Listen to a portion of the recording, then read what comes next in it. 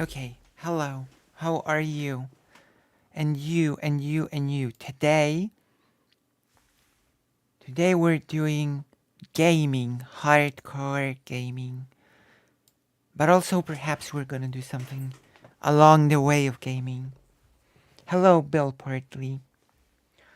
Also, I already took the HRT for today, so I'm fully primed for what's about to come next. We'll see. Maybe we'll do a little bit of a watch or something if there's anything interesting for us to watch. But I am set to do a nice, relaxed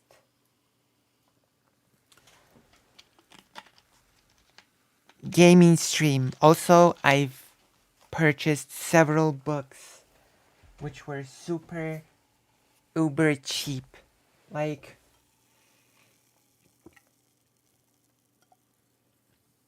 think books that are 500 pages but cost under $5.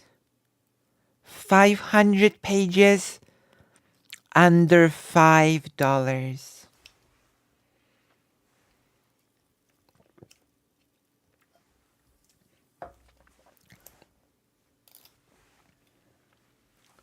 And some books were just above $1. So it's like a steal.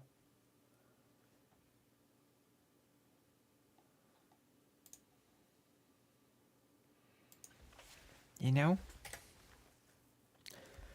It is like a steal. It's true. We're gonna turn on the audio.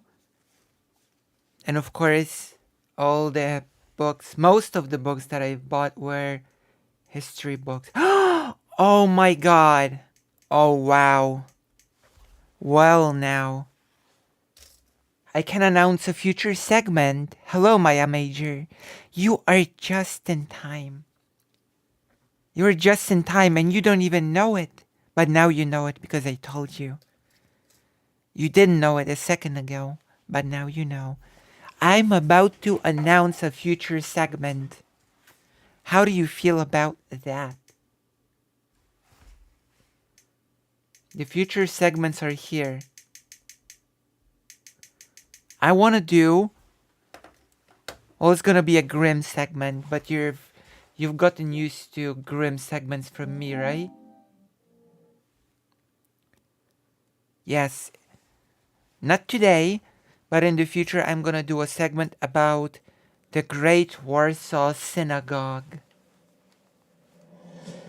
And the Great Warsaw Synagogue was, as the name implies, the Great Warsaw, the Great Synagogue that was in Warsaw. But during World War II, it was blown up. And after the war, even though it was a beautiful masterpiece of a building, it was not rebuilt, but instead a hideous building was built when it stood,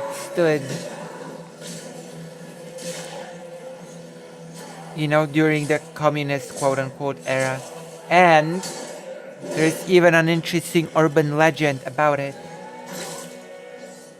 The urban legend claims that the rabbis have cursed the building, the construction of the building, and because of the curse of the rabbis, the building of the thing took a ridiculous amount of time, much longer than it should have.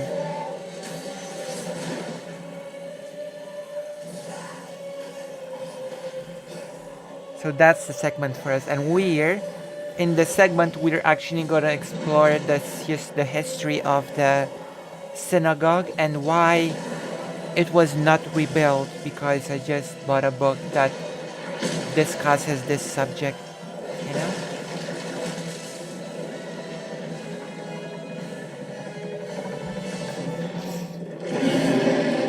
Is that not cool?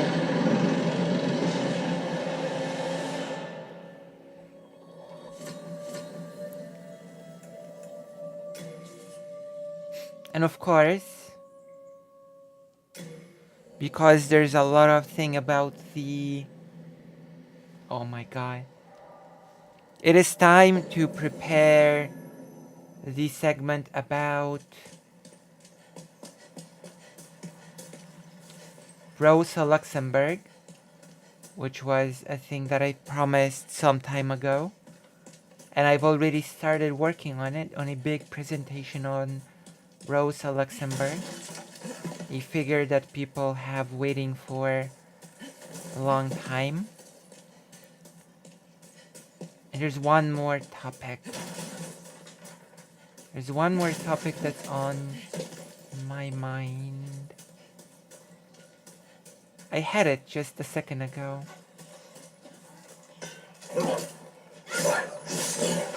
For some reason, I don't remember now.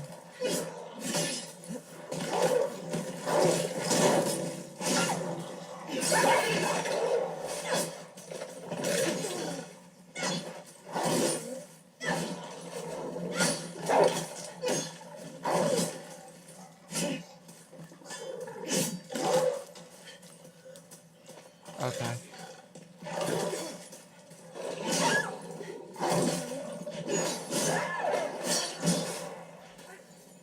Hello!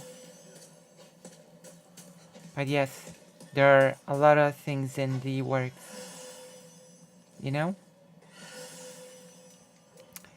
And it's going to be amazing.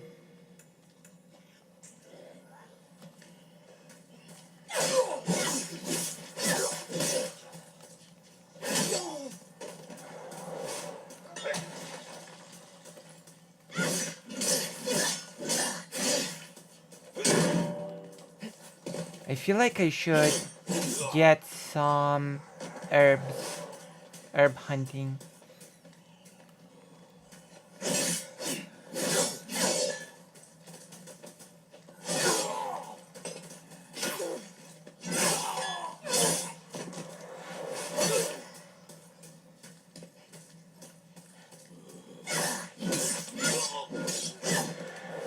This is like the old Diablo games where you have to gather many potions.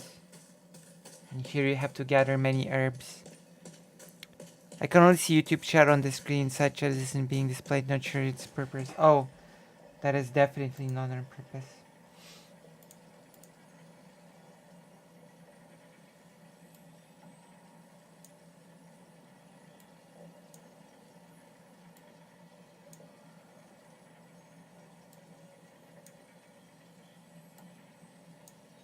There you go. Thank you. Thank you for telling me. That was not on purpose in the slightest.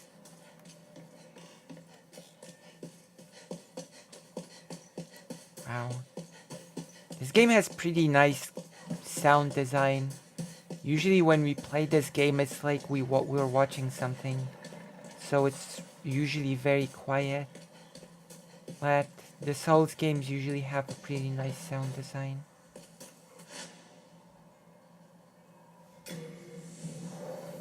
You're free! What happened?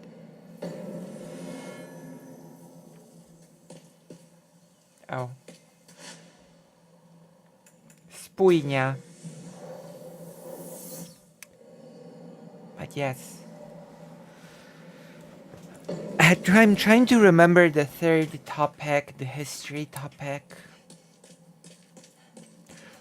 Oh yes! I remember now. The Great Hunger, the Holodomor. You know, the thing that people keep lying about.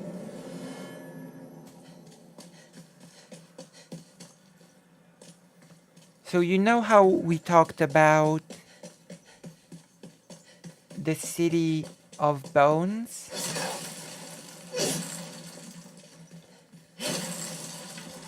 You remember the City of Bones? Were you here for the City of Bones segment that we did recently?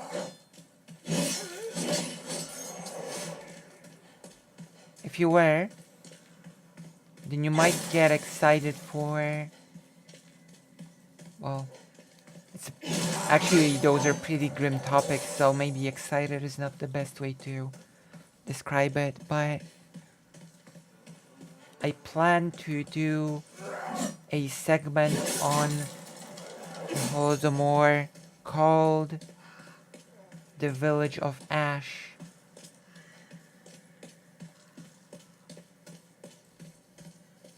The ghetto segment was the City of Bones, and the Great Hunger segment will be the Village of Ash.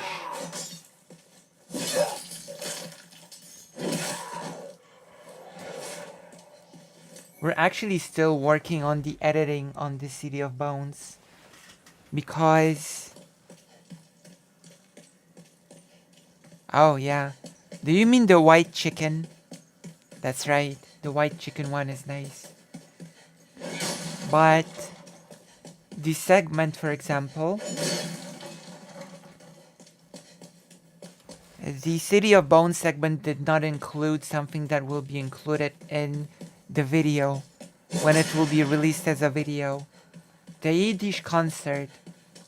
The Yiddish concert of dreamers who imagined a new, more wonderful world.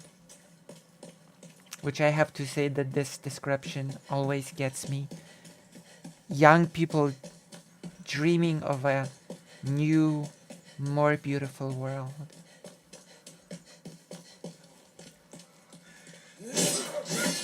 You know?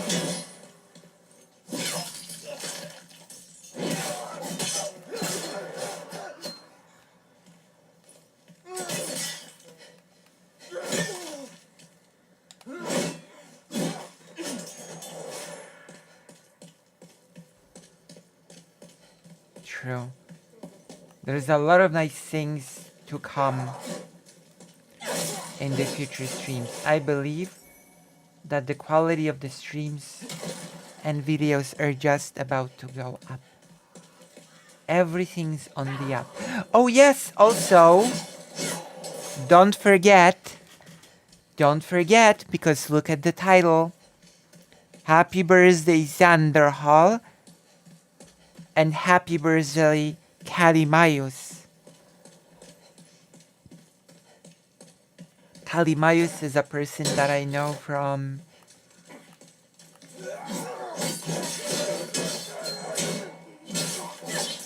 President Sunday's Discord.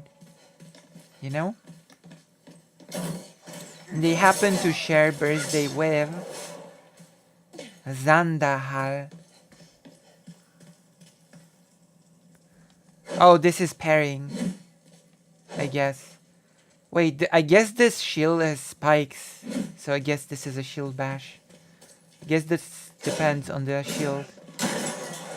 Yeah, I guess this depends on the shield.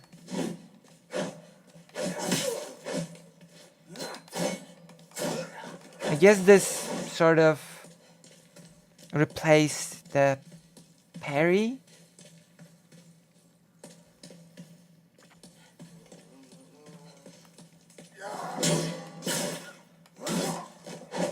That's funny.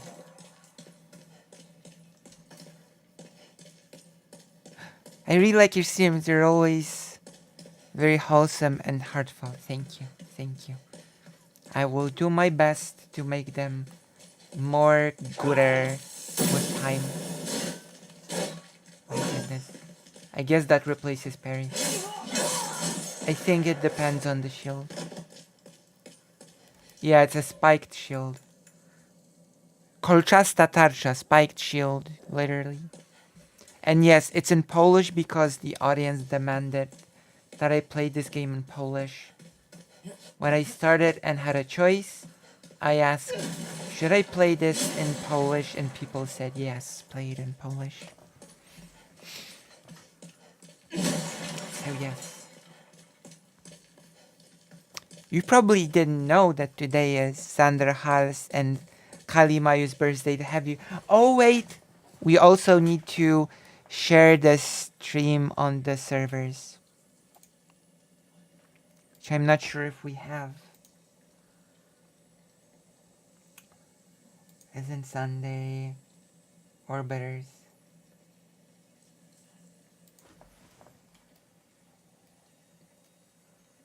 It's true.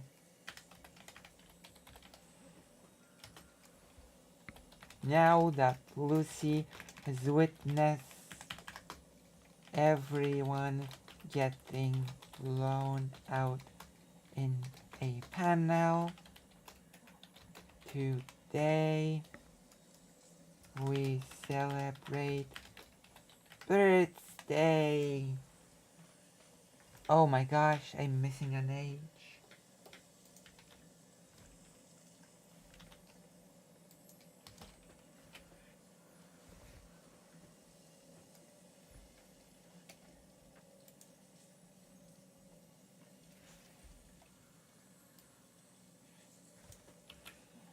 Oh my goodness. Should we?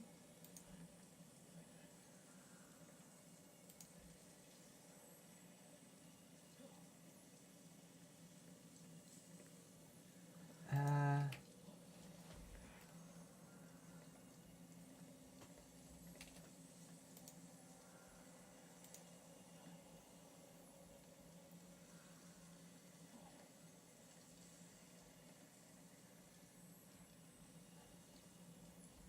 there we go. We've done it. We should add Xanderhal.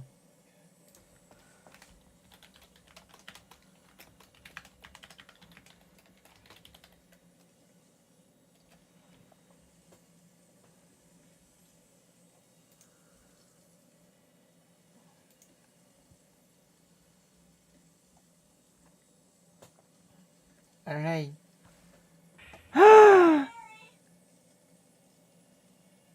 Oh, Maya Major has donated I almost said $1 billion, $10.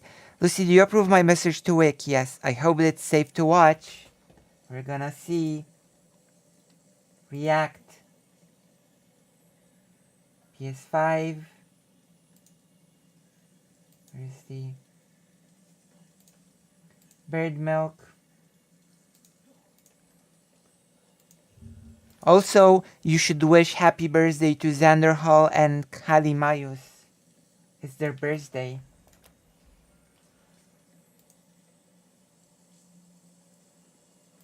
Is this your message to Wick?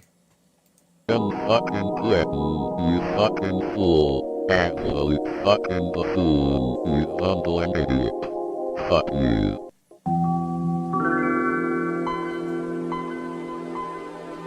Oh my goodness. Okay, it's a good message. I approve of this message. It's a good one. Also, for some reason, where is the... What? Oh no! Oh my god, I have to change the channel now. Technical difficulties of...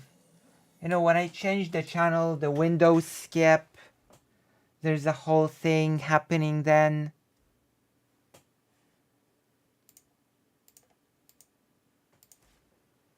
It's annoying, to say the least. But yes.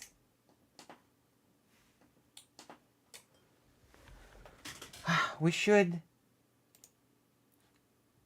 Don't worry, we're gonna do some reactor too. I'm gonna react or two during the... Wait, if it's Xanderhal's birthday, we should react to some of his content as a birthday treat. There we go. We're adding Xanderhal.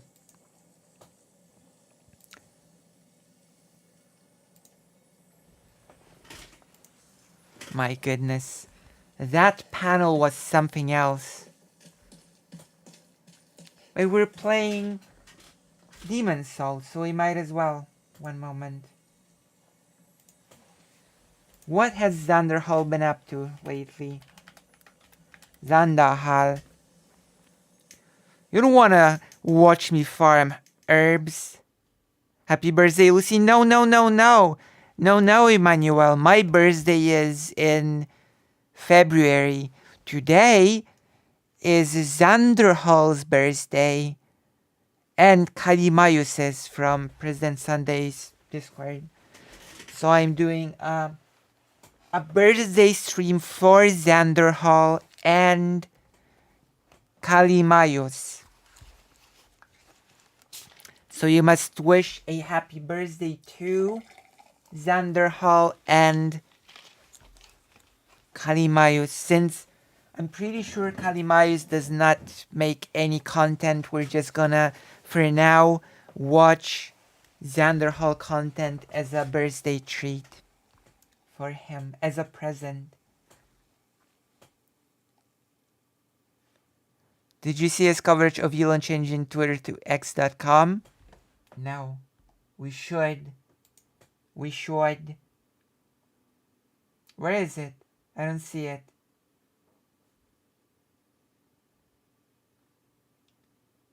Jasperly is even worse. Let's go to video. Jasperly thinks even worse than you thought. How internet toxicity makes you miserable and hate everything.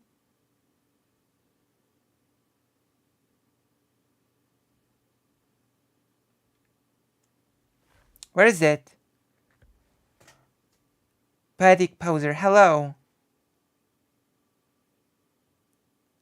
Oh no, it's not my birthday thing. Oh my gosh. Should I adjust the title? The birthdays of Xanderhal and Calimaius.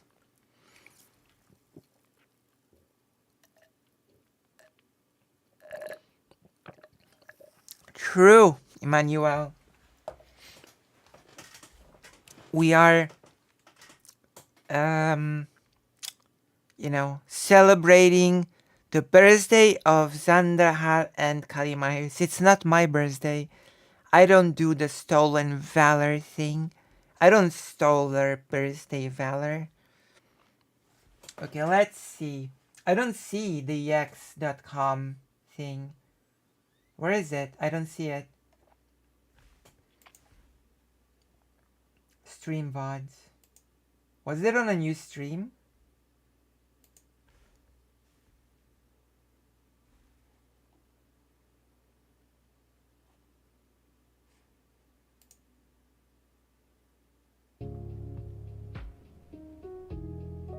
Xanderhal sounds like a drug name, though. True. I found it. Okay, let's go. We're gonna watch this first, and then we're gonna watch a coverage of Asmongold. Elon Musk deleting Twitter. Wait! Oh my god. Twitter didn't become... It just hit me.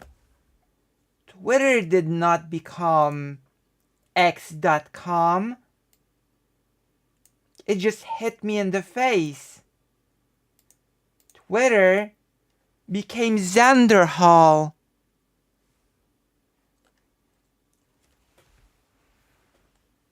It became Xanderhal. Look at the logo. A big fat X. Xanderhal. Twitter rebranded to Xanderhal. I can. 100 lat, 100 lat, niech żyje, żyje nam. 100 lat, 100 lat, niech żyje, żyje nam. Jeszcze raz, niech żyje, żyje nam. Niech żyje nam.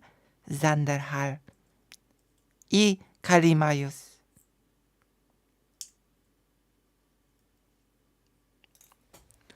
Xanderhal of a dead platform, true. I can't believe that Xanderhal became the thing. Look, it's the X. This might actually be the death knell for Twitter.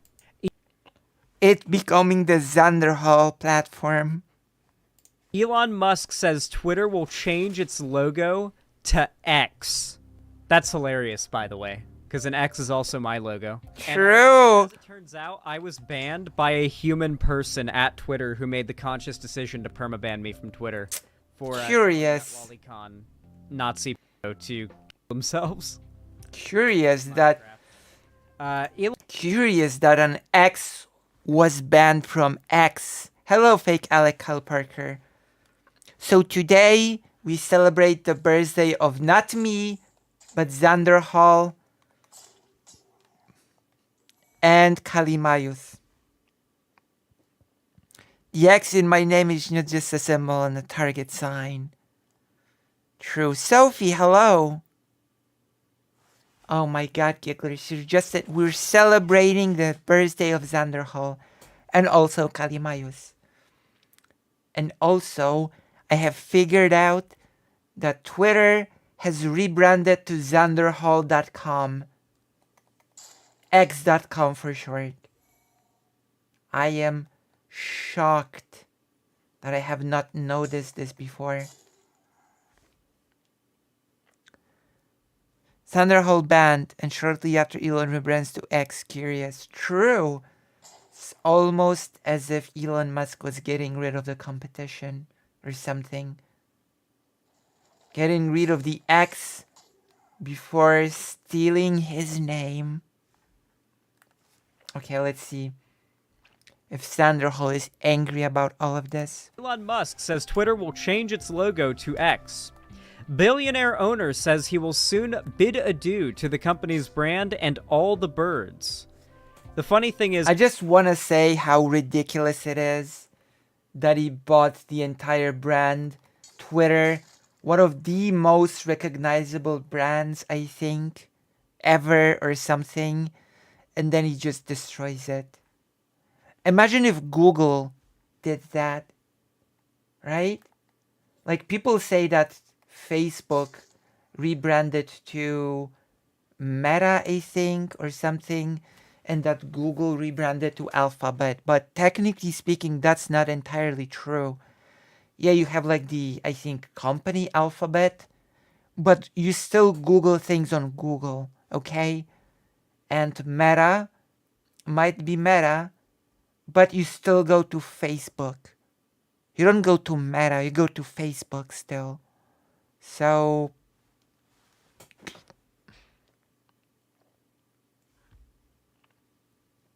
Professor X is gonna buy it. If Elon sells the name, then Professor X is gonna buy it. No one calls it Meta, exactly. Everybody calls it Facebook. Charging billions up in flames. prior to Twitter So many things could have been done with that money, by the way. coming out, or like prior to Twitter being bought by Elon Musk, Twitter like adamantly claimed that the logo wasn't a bird. Like, unironically, Twitter actually claimed prior to Elon Musk buying it that the logo wasn't a bird.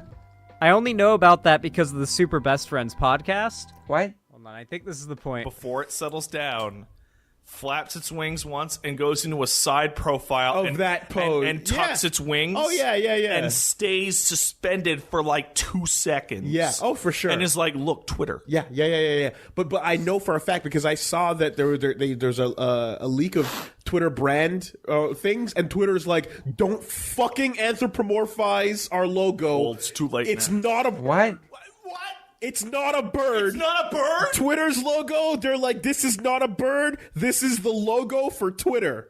That's all that is. Fucking bird! They said it's not a bird. I'm looking at a bird! You No. said tweet! No. They said it's not a bird. That's fucking stupid! Don't put it in situations that make people think it's a bird. Don't put it Then on. ride the Twitter to the Don't text add app. faces. Don't add little. sound What? effects, Don't point at it to make it sound like it's chirping. That's out of Don't put it on. What they call it tweeting. Tweet. Twitter. What? Is a Twitter like a bird thing?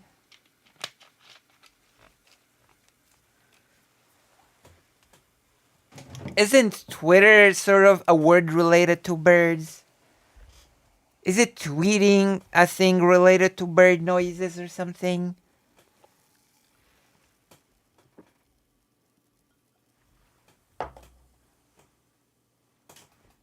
I have to see this. Wait. I don't know. It's a bird. Or is it a plane? Or is it Superman? Tweeting is bird speech. Exactly. Oh my god. It's a On a bird. line, That's out of control. don't imply that it's flying through the sky, because it's not a fucking bird. It's the logo for Twitter. They break every single one of those. Well, now it's X, so I just find that funny. Okay, I thought we needed to give that a little bit of a send boost? considering that the Twitter logo is about to get axed.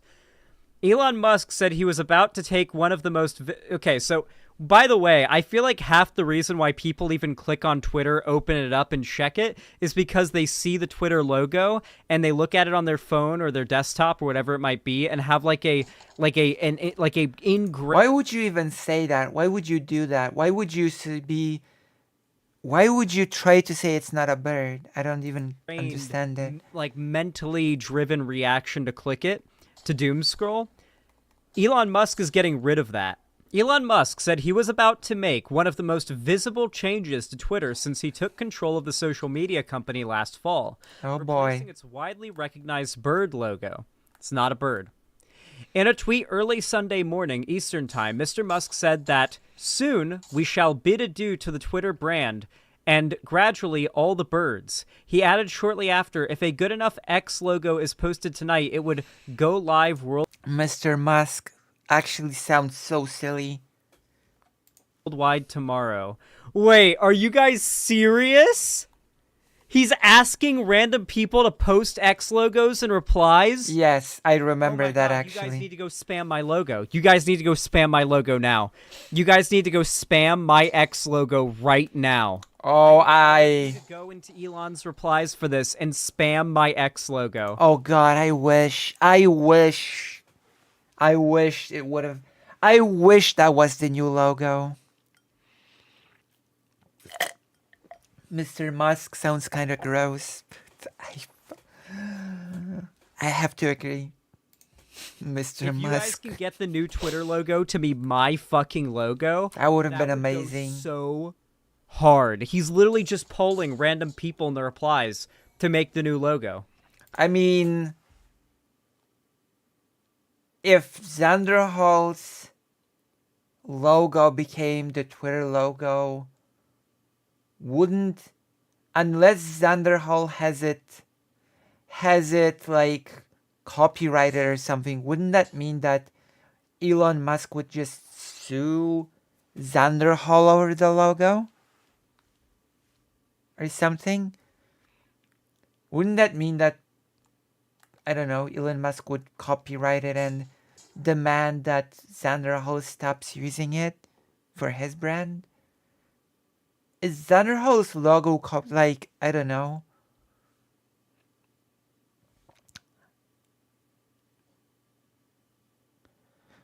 Elon would sue Xan even there was no basis at all. I mean, that's true.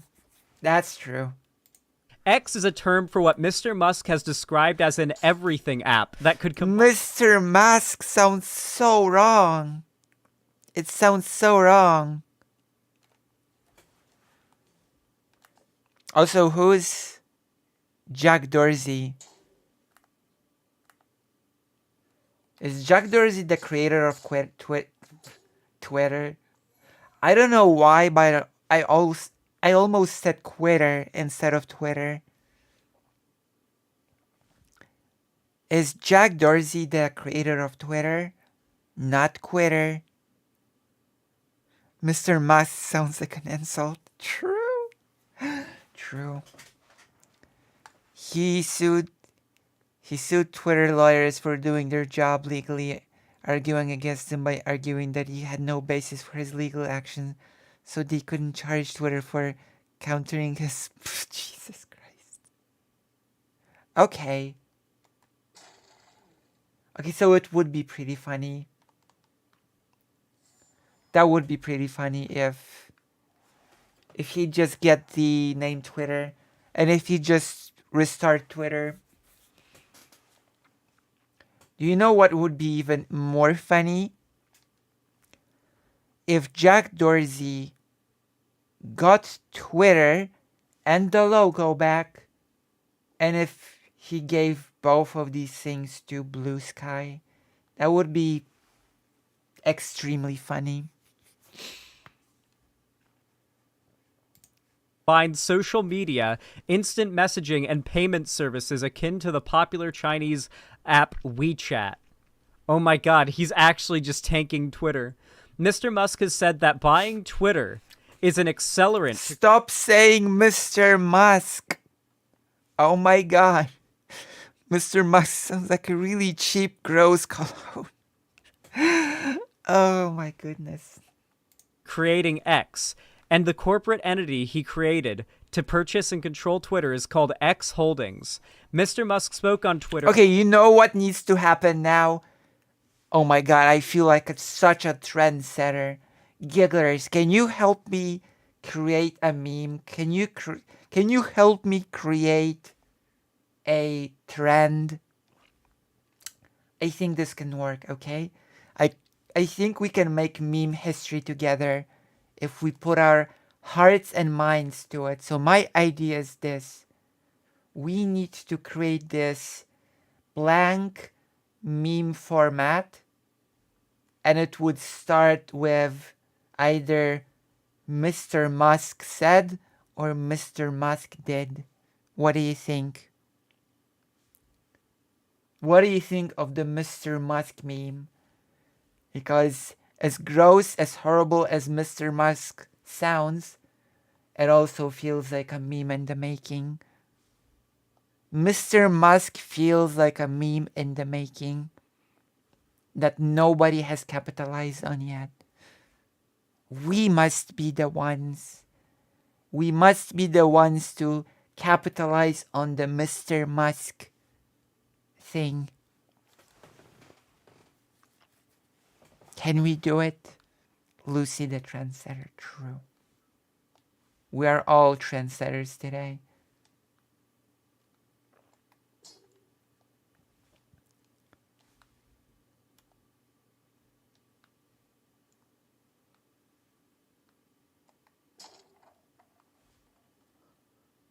It needs to happen, true. Mr. Musk, and it has to have a funny graphic to it. You know? With Elon Musk having a really goofy face, and the caption would say, Mr. Musk said or Mr. Musk did. And then people can just fill in the rest. You know, like the Star Wars meme when you have Anakin and Padme, and Anakin says stuff, and she asks a question. For example, I'm gonna take kids into the woods and hide them in the basement, and Padme asks, but you're gonna let them go later, right? And Anakin is silent. And she's like, you're gonna let them go, right? And that's the meme format.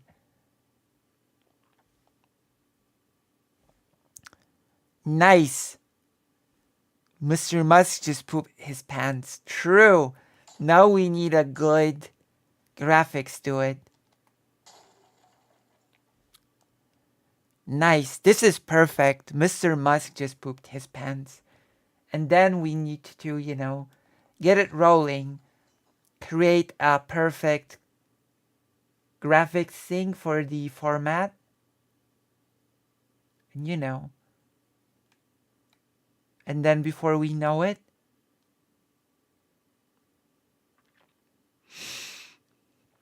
we'll get ourselves a meme.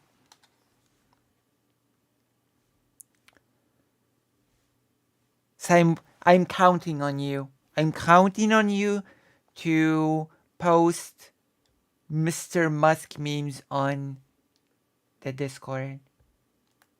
The perfect Mr. Musk graphic.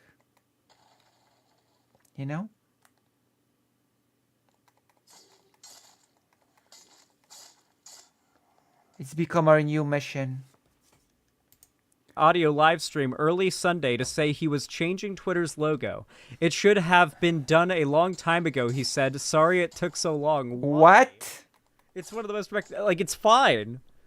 A few hours later, Mr. No. The thing that Xanderhal was saying first was the right thing. It is literally one of the most recognizable logos, I think. Like, I don't like TV shows make fun about never leaving Twitter. Twitter became like a cultural thing. Musk said in an email to Twitter's employees that we are indeed changing to X, and that is what Why would you do that? It was happening today. This is my message from a Twitter email he wrote before signing off with the salute emoji. Mr. Musk has few barriers to making such alterations at the company after taking it private as part of his acquisition of the firm. Oh my god, Mr. Musk has very few barriers feels also like a meme in the making. It's such weird phrasing. Mr. Musk has very few barriers. See? We are being gifted memes about Mr. Musk. But Mr. Musk has few barriers. Feels like a... Could still encounter resistance from the banks that have lent him billions of dollars and the private investors he brought into the deal, who could raise concerns about jettisoning one of Twitter's most visible assets. The company saw its advertising revenue plummet amid the departure of sales executives and worries that the site has become more prone to problematic content. It now faces a That's right. rival in Threads. The recently That's right, there is a salute emote. But it's only for subscribers. You need to subscribe to be able to use it. introduced Twitter-like service from Meta, the owner of Facebook. Twitter did not immediately respond to a request for comment. Mr. Musk has had a long affinity for the letter X. Mr. Musk. Wait, are you actually kidding me? Is this fucking real? Is this why Elon Musk hasn't had a person specifically ban me? Because my Twitter ban is a permanent ban that was done by an actual person at Twitter, not by a bot system or by auto response to reports. Could it be that my X branding and my opposition to Elon Musk and Twitter as a company is why I was so harshly penalized? That would have been so funny. There's no fucking way. What is this coincidence otherwise? It's no coincidence. I choose to believe that it's canon. Okay? There are no coincidences in life. I choose to believe that it's canon. It's canon story. Problematic content. Mr. Musk has had a long affinity for the letter X. In 1999, the year I was born, he co-founded X.com, an online bank, and later merged it with another startup to create PayPal. In 2017, he said that he repurchased the X.com domain from PayPal. Mr. Musk has not always followed through on his public pronouncements, such as when he tweeted that the company would create a content moderation council to judge what kind of speech is acceptable on the site. Well, that was just a virtue signal. But he has pressed ahead in altering certain Twitter practices, like ending the free verification of prominent users' accounts, denoted by a white and blue checkmark, and charging users a subscription fee for the checkmark instead. That's so stupid. Twitter, dude. On top of the rate limiting, it's to give you guys an idea. Verification just became useless, just so you know. I am banned from Twitter. Which meant before this update, I was able to see, I was able to see my own tweets and other people's tweets. I just couldn't interact with anything. It was like I was a ghost on Twitter, right? Which was fine, because I could still cover stuff happening on Twitter and whatnot. But now that I'm banned, specifically me, this isn't true of other people who are suspended, I am permanently rate limited. I can't see my own tweets. I can't see other people's tweets. What? If you give me a link to a tweet, if I click it, it will not load. I can't even make an account anymore, Lamau. Yeah, I probably couldn't make one if I tried. I've sent over 100 requests to get my account unbanned, but it doesn't seem like that's going to happen. And I honestly don't want to pull a bad empanada and just make a bunch of alt accounts and a website that's falling off anyway, you know? Like, it's true that Twitter still has that level of, like you have to contact YouTube through Twitter in order. Hello, Grammar Kami.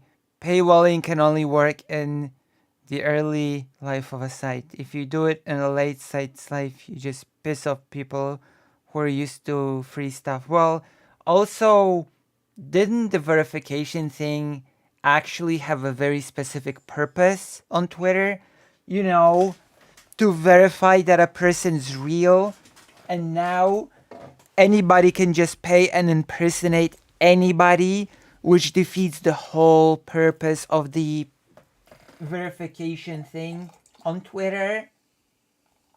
You know, it was first made for you to see that the person who, like, I don't know, let's say I should do that to you. Oh my god. Like, let's say that's like there's an Akira Toriyama, you know, the famous person that created Dragon Ball. And when you saw in the past the check mark, you knew that it wasn't the actual author. And now it could be anyone.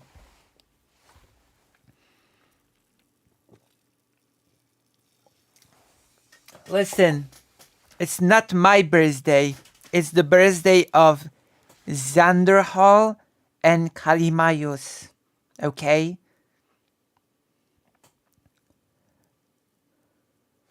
So don't wish me happy birthday. Wish happy birthday to Xanderhal and Calimaius.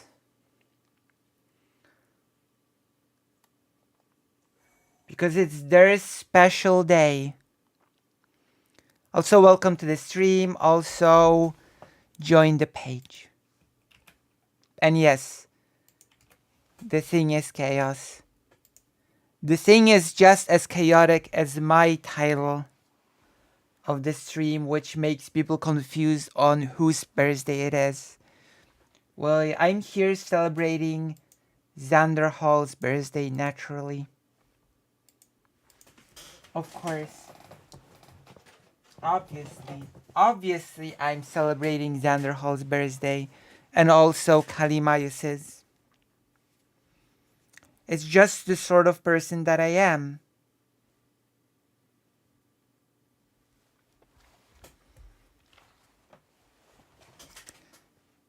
Cute Archer gift, by the way. Oh, thank you. I've been working on resurrecting certain parts of the layout that I've stopped using. I have no clue why.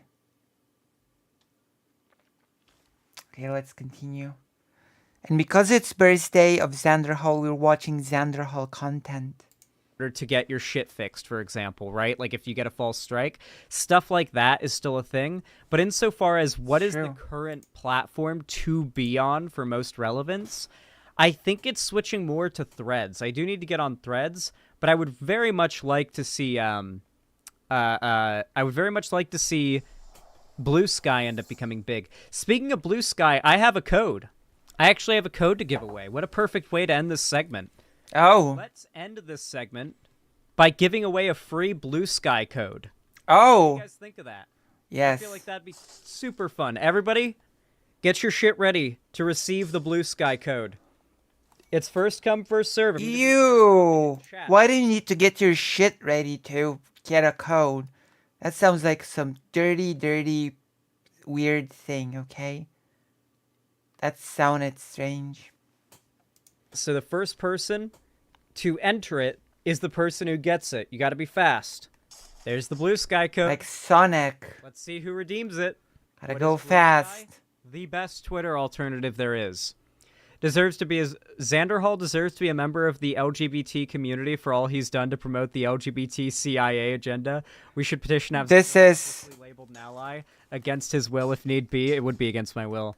And mandate the A is for ally. Us asexuals will happily make the sacrifice. Yeah, this is the Demon Souls PlayStation 5 remaster slash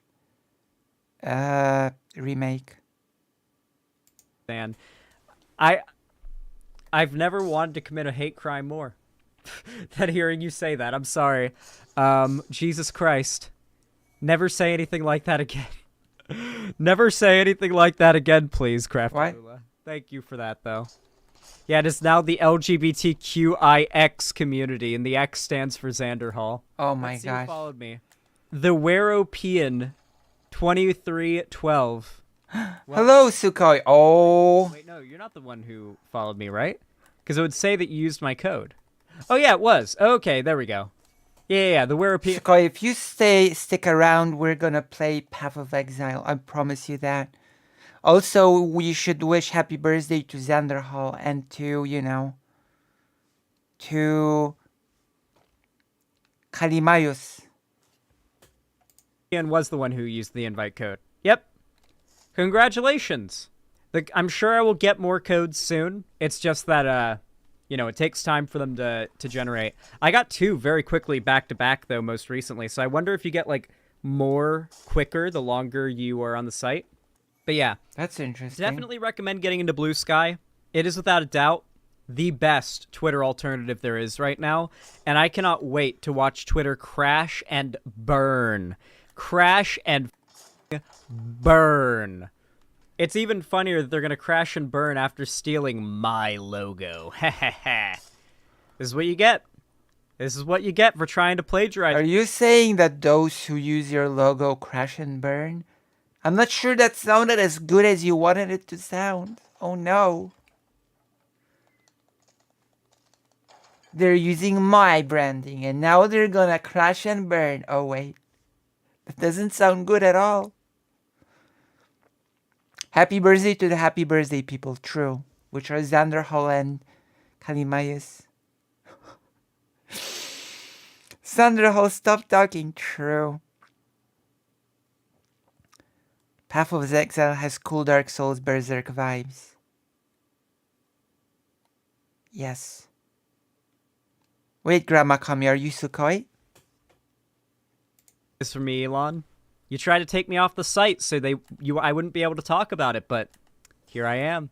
I'm still talking about it, Elon. You can't stop me here. This is my platform. Wow. Wowzers, trousers. And now we're gonna watch this video. We're binging Xanderhal. We're watching Xanderhal because it's birthday. Alright, everybody. This video is going to be purely an What? off the cuff. Love that. What a perfect Did Xanderhal just say off the cock?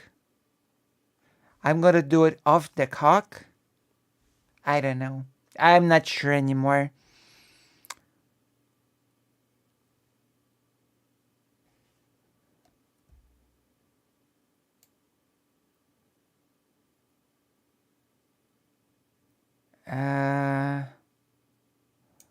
I'm not sure.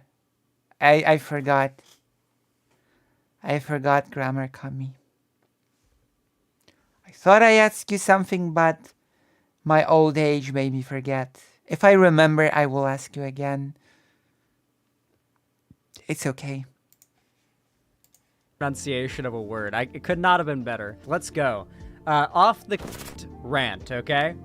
No, I should be the one apologizing for forgetting. Just coming off my chest here, me ranting about shit. Just scrap it? No, that's perfect. I have a chest. Fumbled. No, this is perfect. Almost. Better. This It's is growing. Video perfect now. But we're gonna continue. I want to talk about this because it's something that has been upsetting me Cocks? for a while now. Okay. We're gonna talk about cocks. I'm a capital G gamer.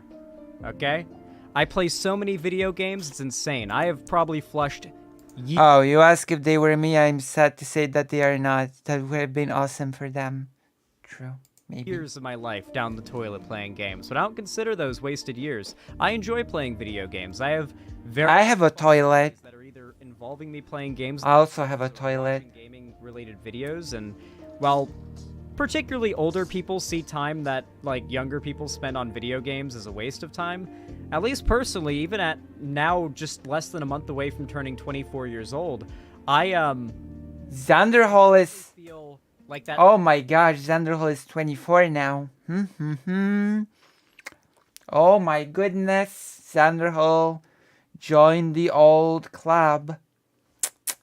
time Tisk, was tisk, tisk. Tisk, tisk, tisk, Xanderhal. I don't. I very much look fondly Cope. back at a lot of those Cope. times where I spent countless hours playing video games. Cope of an old man. 'Tis the cope of an old man, observe. You know, I find it enjoyable. And because of that, I have a vested interest in the gaming industry performing well, games I like financially performing well, and games that I enjoy having Wow. somewhat non-toxic positive perception in general gaming culture. And something that I've noticed as I've gotten older and time has passed and media that monetizes the failure of other media has become more popular online for these individual Uh-oh. creators, I've noticed a trend of higher... What's the term for it? Doomerism. A trend of damned if you do, damned if you don't with any piece of media. It feels as though, and this is especially true of the gaming community, How does it feel? and heavily pushed onward by right-wing reactionary figures, that any new popular thing, you must have an opinion on it. Okay. Like, your opinion can't just be, oh, I haven't really heard of it, I haven't really played it, I've heard of it, you know, not really my thing, maybe, I'm just not, it doesn't really interest me, whatever. Like, it can't just be sort of like a, it's not really my thing. It has to be a, not only is it not my thing, but you're kind of lesser if you enjoy it. True. You are. Gamergate really popularized My this God. perception of analyzing media and media culture significantly, yes. But it was very There's Asmongold in the thumbnail. Is Asmongold going to be mentioned? We'll see. We'll see. politics-centered there. But now it's basically around everything for any reason. I'm not even talking about the woke, like, oh, it's woke. So basically everything everywhere all at once? That sort of thing? Or whatever. Like, that's not even what I'm talking about here. I'm talking about how any new popular thing must be either overwhelmingly loved or overwhelmingly hated. And the trend has gotten to the point where it's like, if you're a person who makes something popular, you should expect death threats and nonstop harassment. Simply Oh my because God. people don't like what you created. Why is it that to this day it is just normalized and fine that the actress who did the mocap and voice for Who? Abby in The Last of Us 2 is still getting death threats? Jesus. She's still getting death threats for what her fictional character did in The Last of Us 2. Don't spoil. Now that's in large part pushed by reactionaries that hate women. Granted, yeah, that was a heavily Nazi, like, right-wing reactionary thing, but that's not the only example. And many of these examples aren't even overtly political. I used this example earlier in the stream, but I really like this one because it's very fresh and Okay, show it. but there's a show that is a YouTube animated series created by just some lady and her team. She just started out as a YouTuber, and from that, she's kind of built a company that's now capable of creating full-scale animated projects. Show. And now she's even got a show that's going to be going on A24, I think. Oh, I know. Same universe as this other show, Hell of a Boss. Hell of a Boss, though, is a exclusive... Wait. Are we talking about the team that had the Has-Been Hotel? Is that is that what we're talking about? The Has-Been Hotel with the song and the radio demon thing? That was it, right? The Has-Been Hotel.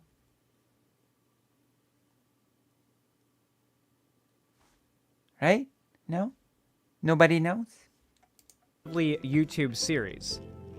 It's very high production value for something on YouTube, and it's very clear a lot of love and passion goes into it. And it is accessible for completely free on YouTube. Oh, I love The Has-Been Hotel. But it never got any more episodes. And the only thing you have to do to watch it is just watch it on YouTube. And maybe you send some... Oh! And maybe it's monetized. Your sister worked on The Has-Been Hotel? Oh my god. Such a lucky sister. And the songs were so nice as well. I wish there was more episodes of Has-Been Hotel. Such good premise. That one had a really good premise. I think the other show actually takes place in the same world, if I'm not mistaken. And maybe you do a channel subscription, but like, it's free to access. I think the show's pretty good. Yeah. A little bit too much furry propaganda in it for my liking, but overall I actually enjoy the show. I think it's pretty funny. It can be a bit cringe and over the top at times, but overall, I really appreciate what it is. Like, as an appreciator of art, as an appreciator of YouTube content, and as somebody who has respect for those that are like literally just like working class, not to be rude, but nobodies, but then build themselves up to be somebody of repute, and not like exploiting and fucking over people on the way, that's something I respect. Here's the thing though. When Hell of a Boss first dropped, it was just this kind of, not niche, but targeted show. It was mostly watched by people in the targeted demographic. It was enjoyed, there was positive reception to it, and you didn't really have like hate brigades for the show because it hadn't really bloomed up to popularity where everybody knew about it yet. But recently, around the start of season 2 of Hell of a Boss, which is, we're like 3 episodes in now, I think, I've noticed that the show has reached such a level of popularity that it feels as though everybody has to have an opinion on it, negative or positive. I actually watched I have to Google today from a YouTuber that went over this discourse that is literally the most nothing discourse. Is it Asmongold? But it pretty clearly shows you like how deranged people are over this show existing and being popular and not like being their type of show. Like, let me show you. Hell of a Boss discourse. Of course, a lot of this shit is taking place on Twitter, and you'd be surprised to see how many of this discourse is being pushed by... I'm asking if it's Asmongold because Asmongold is on the thumbnail. If I don't eat, I'm going to die. Peace, damn you, Mom. I choose to believe that Zen is a secret brownie. True. Yes. We'll watch just a minute of this video because it shows a few of the tweets that are like viral as fuck about this. And it just gives you an idea of what I'm talking about here, where it just feels like, more so than ever, people need to belt out how much they hate popular things that people like. Damn. People love to do it with Marvel as well. Like, they make their entire personality online hating Marvel. I remember that. And, like, if they see someone enjoying Marvel, they gotta put a stop to that right away. Like, they gotta express how much these people are enjoying something that's garbage. And, you know, they are actually making themselves suffer by watching these cape shit movies, right? Even though they seem to be enjoying themselves. You have to explain to them how they're actually not enjoying it.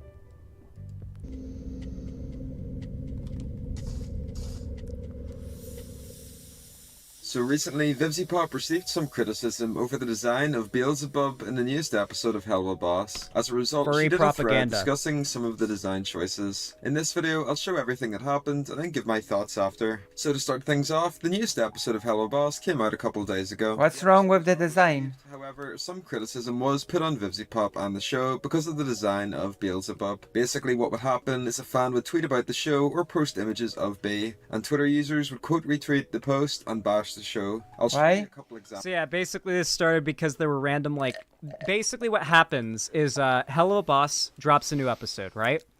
And the episode goes viral on Twitter because the fans are talking about I don't know. It's It's so weird. and people who don't like It's the a- show see It's a things- pretty detailed design as well. And the more detailed a design is, the more, well, obviously, the more work you need to animate. fans enjoying the show, and they say no fun allowed. And we're going to be going over here the viral quote retweets of the fans that were just enjoying the new episode and tweeting about how they liked the new episode, shitting on the people who enjoyed the episode and who on the show itself, right? And I'm not offended by this or anything. This is just a really good example of the phenomenon I want to talk about. The internet? Examples. Here's one tweet with 12k likes. It says, "B is so hard to understand who she's meant to be." Another tweet said, "Vivzy Pop's animation team, when she designs another multicolored demon with stripes and multiple limbs and needs VFX done for its hair, looks in several shots of the new cartoon." This tweet got 50 people criticizing because the design's too complicated and that's too much work for the animators, I guess. 15k likes. However, the person deleted it eventually. The next one says, "Queen of Gluttony, and she's the thinnest bitch you've ever seen." Which Yeah, here's the woke scolds. They start rolling out the accusations of fat phobia real fast. got 24k likes. The last example I'll show says, "How does Helltaker of all games, have a better Beelzebub design than Vivzy Pop?" This tweet got 7. This tweet in particular, I feel like, is the perfect encapsulation of what I'm talking about, where it's like, popular thing is so bad that it's worse than this other popular thing I also hate. Oh my god. You guys understand what kind of talking point I'm talking about here, right? I'm not sure. Get the people I'm the type of trend that I'm referring to here. Everybody feels Oh yeah, I know, yeah. they hate is garbage. And of course, I feel like a lot of this really blew up with Gamergate. A really good example of this trend, by the way, and how it's monetized very heavily, is the Critical Drinker. The Critical Drinker is one of those reactionary, I'm sorry, who? YouTubers who covers media and does the grift of, go woke, go broke, but in a much more subtle way. Who He is... doesn't outright say go woke, go broke. He just describes the things that those creators talk about without outright saying it, right? He'll rant about how they brought in this female black woman to overshadow and outdo the white male main character that's been... Who the hell is the Critical Drinker? Sounds like an alcoholic name. Critical Drinker is a Sargon knockoff. Okay. I don't know. It sounds like an alcoholic name, to be quite honest. Established for several movies already, for decades. They brought in this character to virtue signal to the... It's he doesn't say go woke, go broke, but he wants to say it, and he's literally just... He is saying it, he's just not saying it. Aye. The Critical Drinker, who specializes in that type of content, he's Scottish? Yeah, he's Scottish and an alcoholic. He's doubling up. Oh my god! I was kidding! I was just joking about the alcoholic part. Monetize this type of Oh my trend, god. right? I'm Really so good example sorry. of this Now I feel bad. Critical Drinker House of the Oof. Dragon. House of the Dragon is the Game of Thrones spin-off show that, if you assumed that it was going to be like Season 8 of Game of Thrones, you would be fucking surprised, because it did not end up being so. It actually ended up being a very good show for the first season. I think people really enjoyed it. It had some issues, but overall, pretty damn solid for a first season. Here's the thing, though. The narrative at the time was that Game of Thrones had fallen, and that House of the Dragon was going to be woke garbage. I remember. The issue is, he decided to jump onto the narrative that nobody cared because none of the people that he watched... Yes. or You're that he was right. friends with Grammar Kami. and decide to get on the train of nobody cares about House of the Dragon. And it didn't work out well. Let's take a look. The narrative. Drinkers Chasers. Why nobody cares about House of the Dragon. What? The reality. HBO Max House of the Dragon trailer. 12 million views 1 month ago. Not only that, though, but after the show actually dropped and the apparent extreme popularity of the show became... Variety was pretty good. This happens. Critical Drinkers Grift Exposed. Uh-oh. Cares narrative. Drinkers Chasers, why nobody cares about House of the Dragon, the original tweet. Genuinely had no idea House of the Dragon had even started. There seems to be no buzz around it at all. And then, of course, you've got The Reality. The Verge tweet. HBO calls House of the Dragon its biggest premiere ever, with nearly 10 million views. Uh-oh. And then, of course, Critical Drinker changes the title of the video to say Drinkers Chasers, House of the Dragon. No one trailer cares. Breakdown. It's not quite... it doesn't go with the grift. It doesn't follow the narrative. To tie yourself to the idea nobody cares about the show, especially when guess what show also premiered 1 week after House of the Dragon premiered? The Lord of the Rings Rings of Power show. Personally, I had extremely low expectations going into that show, mostly because I just heard a bunch of lies about it. Like, I was told there was going to be sex scenes. He doesn't actually drink somehow. A bunch of important characters that are, like, established as, like, importantly white or something in the story. That they were going to have a bunch of, like, gay sex scenes or something. Like, there was just, like, a lot of, like, bizarre narratives I was hearing about the show as rumors prior to it coming out. Okay, what's And happening? then it came out and I watched it and I was like, yo? I really wish I could show you, like, the opening, like, moments of the show. The opening moments of the show do a pretty good job of showing you how fucking dope it is. I actually really enjoyed Rings of Power. I still don't understand why Zan liked Rings of Power. What a heap. I've yet to hear an explanation for why it's bad that isn't, like, an explanation of why it's woke. Like, I've yet to hear an explanation for why it's bad that doesn't sound like it came out of the mouth of the Critical Drinker. But here's the thing. Oh my gosh. The Rings of Power was the thing to hate, right? You had to be on the bandwagon of hating this show. And because of that, it became the diametrically opposed show to House of the Dragon. So they went from nobody cares about House of the Dragon to House of the Dragon is great and we're reacting to every new episode as they come out on live stream. Jesus. And it is the competitor to this garbage Rings of Power show. We should do another Rings of Power watch party on my Discord, because we did it when the show originally came out, and we were all just in the Discord talking about how it's so apparent that everybody shit-talking the show hasn't watched it. Which is largely the case, yeah.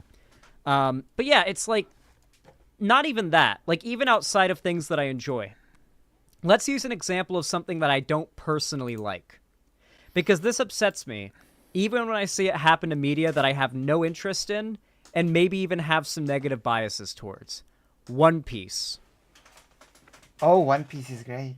I've never seen an episode of One Piece. Ooh. I have no interest in watching One Piece. Oh. You know what annoys the absolute... Bam, you... Oh. The fact that there has become an entire... Okay, I forgive you. It's your birthday. ...meme genre based around refusing to ever give it a try. People have created an entire meme genre and make it their entire personality that, oh, fuck One Piece, it's too long, I'm not even going to get into it. They make memes about it. They make it their entire personality. It's become like a cultural, like, cornerstone of the internet to defiantly say, I will never try One Piece.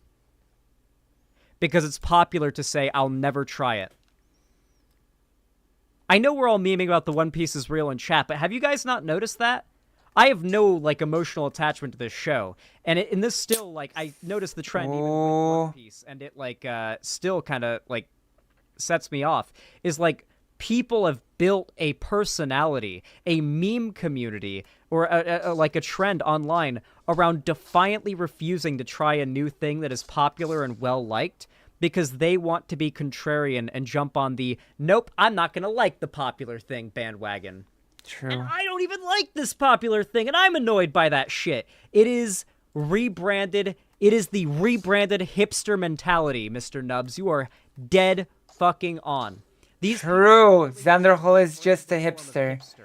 True, Xanderhal, you're a hipster. Like, I can't be the only one that's noticed general media discussion, especially in the gaming community online, in large part because of conservative... Xanderhal is a hipster. I knew it. People are harsh on fantasy properties when they don't need to be. I haven't seen either, but it's so it's not my list of things to watch, which is already a year-long mountain. Them not trying One Piece because it's too long, me not getting back into One Piece because I want to see the treasure already. We're not the same.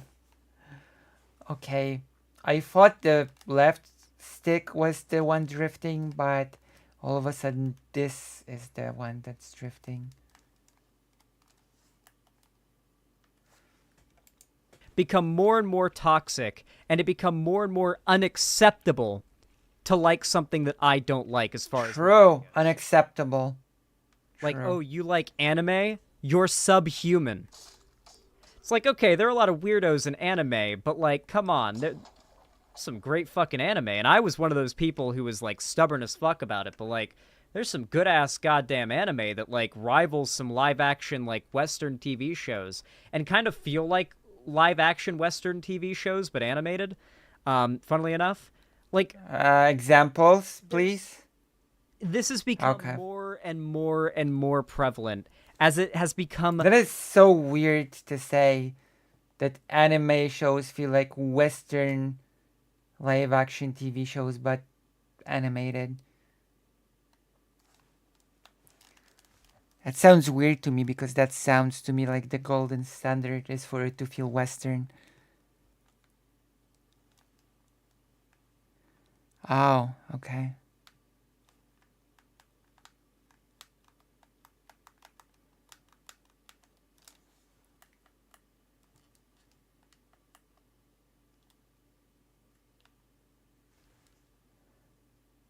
Oh, I almost fell again.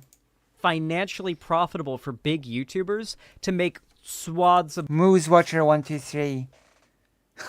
A hipster, the horror. I do occasionally watch anime, but I have to relent I'm not that familiar with any of the popular ones.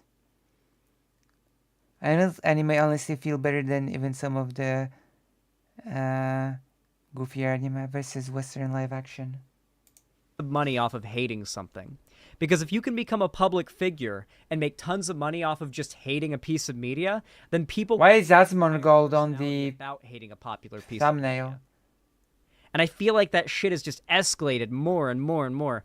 People do the same shit against furries. Yeah, most of furry hate is extremely over-exaggerated. Yeah. Like, a few tongue-in-cheek jokes like what I do I think are fair game, but like the just constant, like, furries are literally subhuman shit is very clearly, like...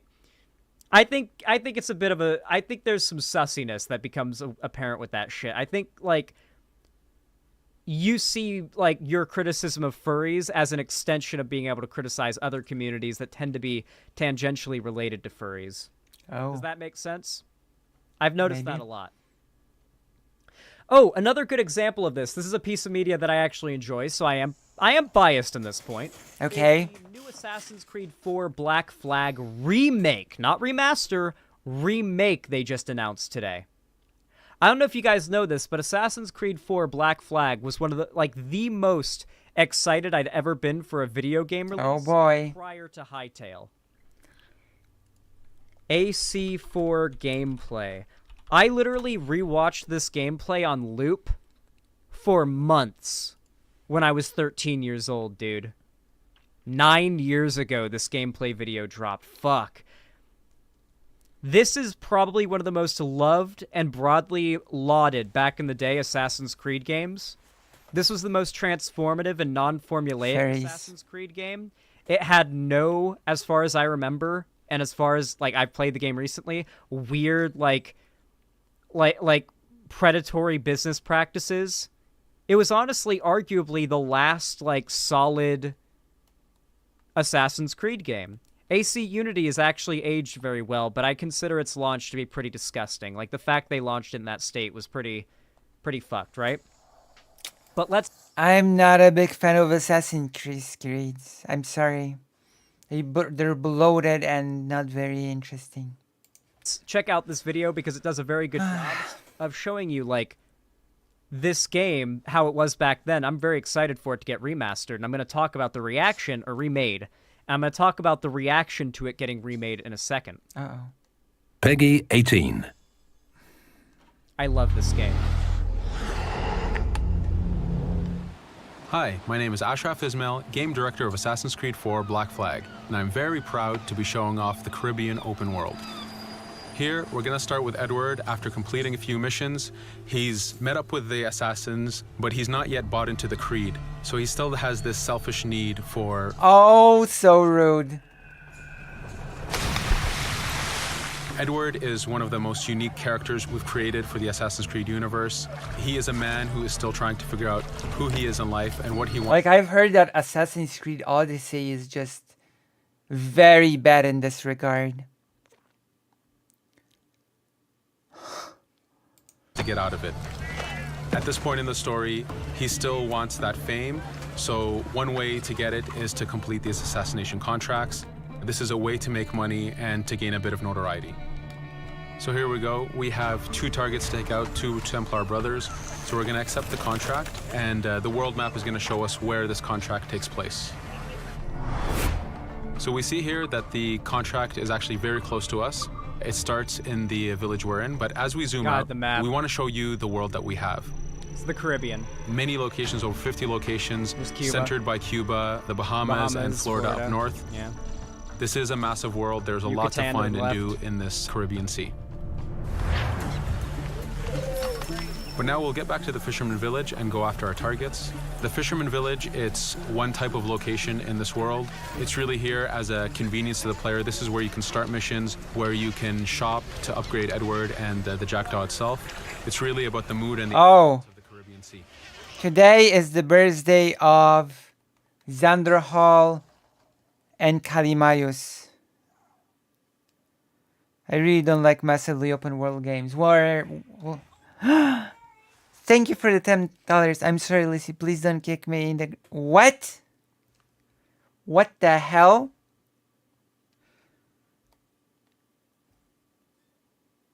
It's a control style like map dealing. Worst part about the game. I love that game.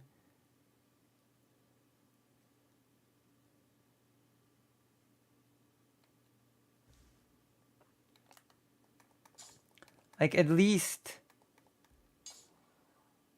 I don't know. Like, usually when you have large open worlds, it's just empty and filled with busy work. Oh my gosh. I'm not kicking anyone in the groin. I'll skip ahead a little bit because I don't want to stick here all day on this particular video. I'll show a little bit of what the seamless ship combat is like. True. Main character of the game. He's chasing down his target upgrade now. the ship as you go on this journey with Edward.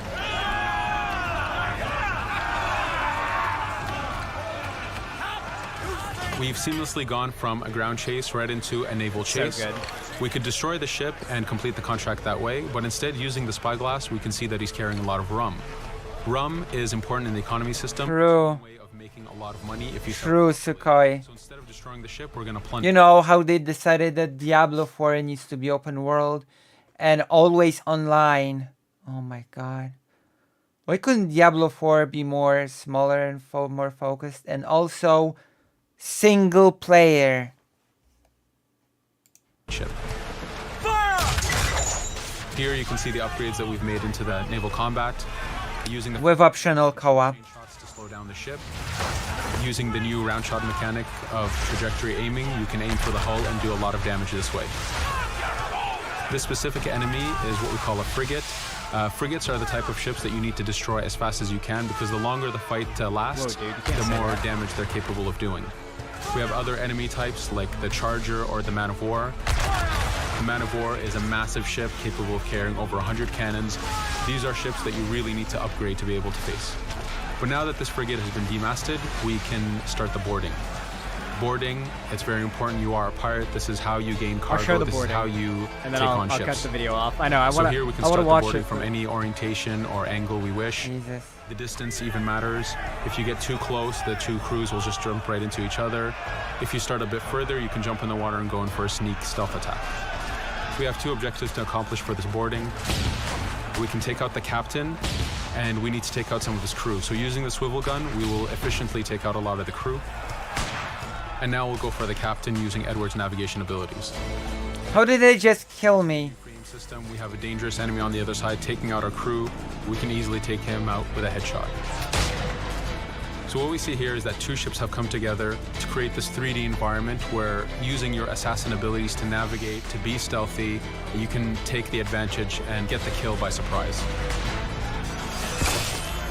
Now that we've taken out the captain, we still need to take out a few of the crew members to complete this boarding. Now that we've plundered the ship... Thank you for the $10. I was joke much. Lulu, that's a joke. Too much. I'm sorry. It's okay. It's okay. Today we celebrate the birthday of Xanderhal and Calimaius. Thank you for the $10. Thank you very much. This game is still amazingly dynamic. I don't mind open world that much but forcing a player to always online is so annoying. Some of us like single player games with just occasional couch co-op, but the big studios seem to be blind. Yeah, and there's also one other thing.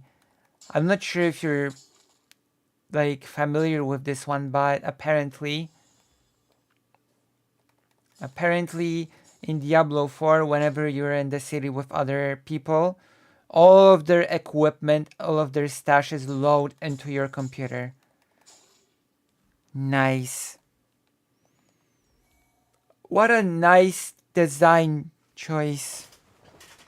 That everybody's stuff loads onto your memory, isn't it? Path of Exile would never work as an open world, and neither would a game like Doom, for instance. The gameplay just doesn't lend itself to open world. True. Like, come on. Everybody's stash loads into your memory. No wonder when there are many people in the city, your game just starts slowing down. Yeah. I can show it to you. Like, where is it? There's like an Asmongold video about it. When Blizzard just sort of talks about it. I'm gonna show you real quick. Ship. It's a really fun... I'm gonna show it to you real quick.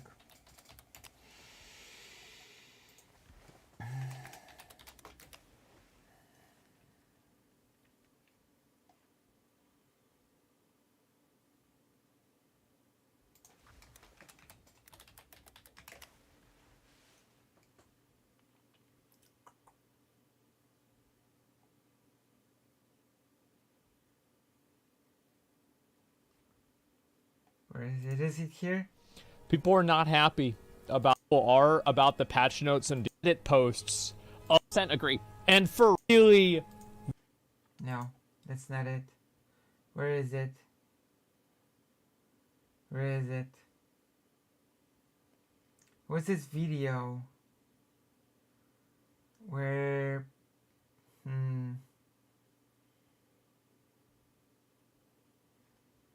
Okay, just trust me on this. Aswell made a video talking about how Blizzard purposely lagging their games with design. True. Dex Max Bala. Like, how could you make such a game? Come on. And that sounds like something a hacker could exploit, not necessarily to remove items from other accounts, but duping and whatnot. All that data could be snooped in a packet. I grew up playing Diablo 3, so it has a special place in my heart. It sucks to see how they've utterly disrespected the franchise. I mean, I used to play a lot of Diablo 1.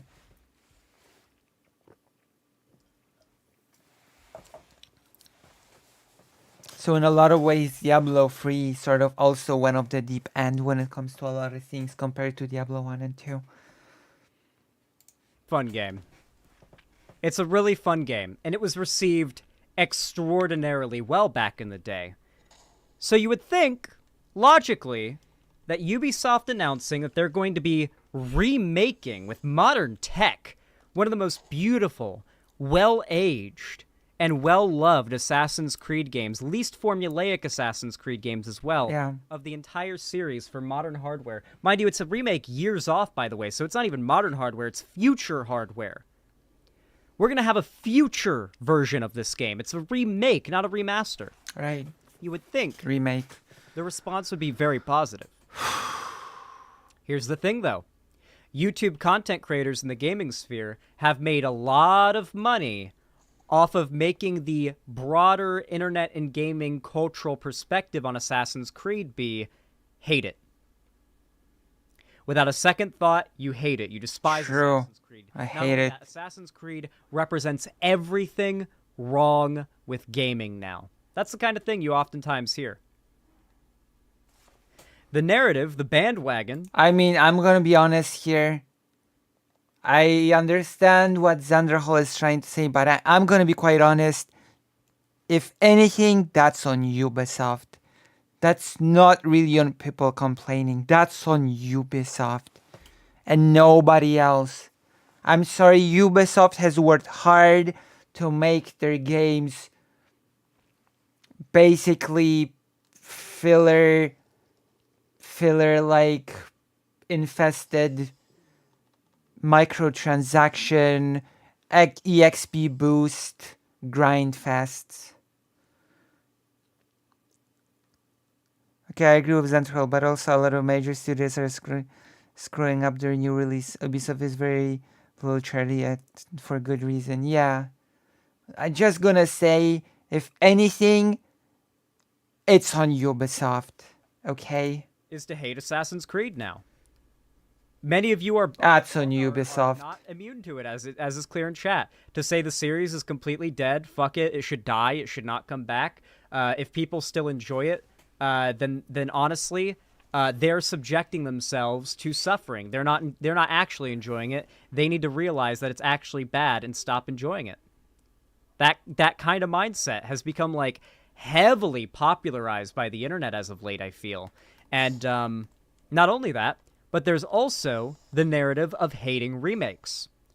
Despite the fact that we keep getting fantastic remake after fantastic remake, there's this bizarre idea that gamers have been like repeating over and over again. It must be coming from YouTubers that remakes are lazy and that they are like bad for the gaming sphere because why aren't they making new games?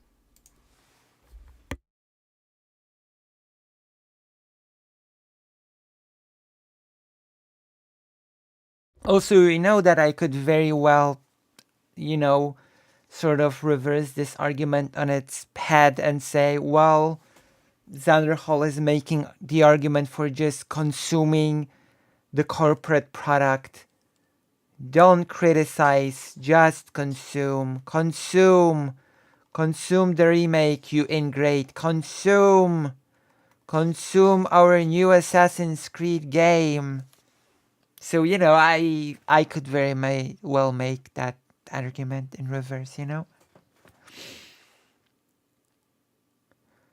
When getting remakes from studios and developers that actually have trust left in their player base. Like, for example, I have criticism of the Final Fantasy VII remake because it wasn't even a remake. It's a sequel with a misleading title of remake, so...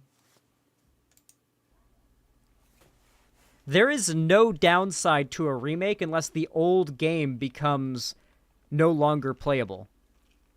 Remakes should be a beloved and embraced thing by the gaming community.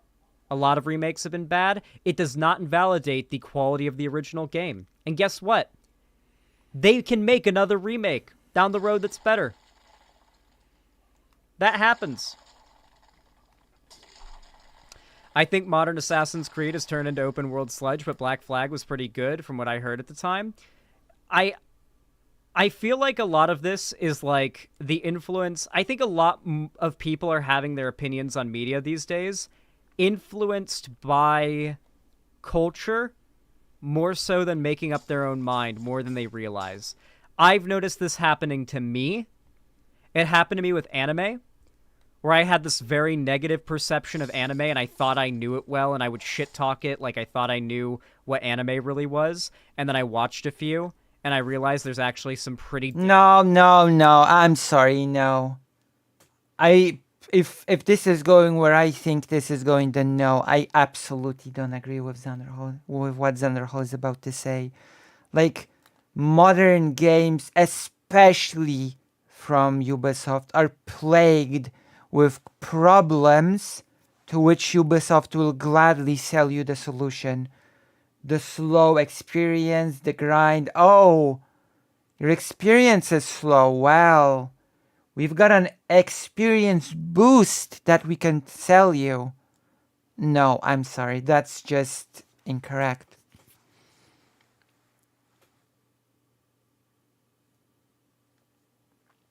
I've heard about that. Good fucking anime, and some of it is the best media I've ever seen. Like, I feel like anime is a medium, okay? Ubisoft is a single company within the medium. So comparing a single game or a single company to an entirety of a medium is not a very good comparison. Hello, Shadowboxer. I hate to have to criticize Xanderhal on his birthday.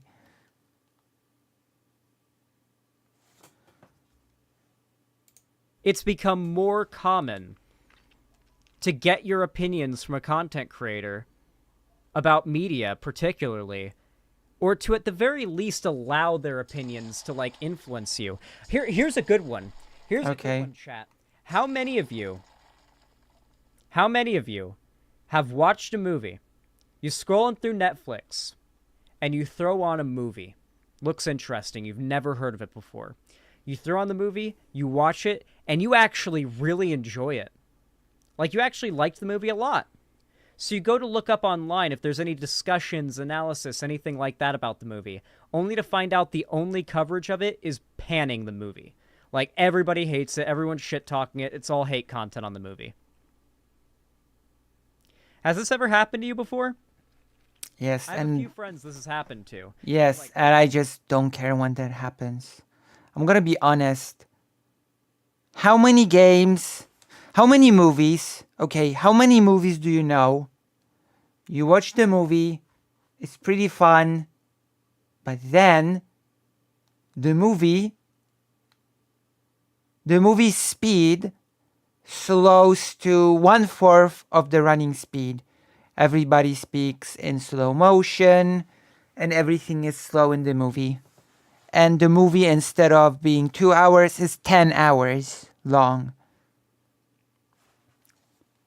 And there's a little click button that you can, click in the lower right corner of the movie to buy a speed up for $5. That will allow you to watch the movie on the regular speed. How many movies do that again? How many movies sort of,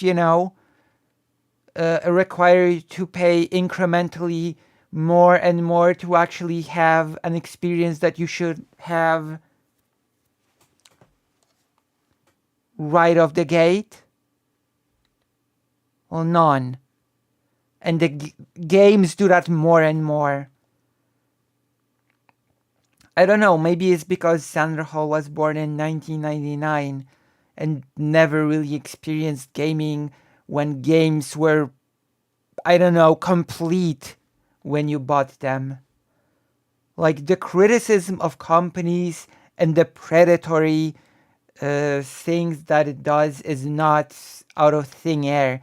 It's not just some fad or thing that people just pick up online. Oh, it's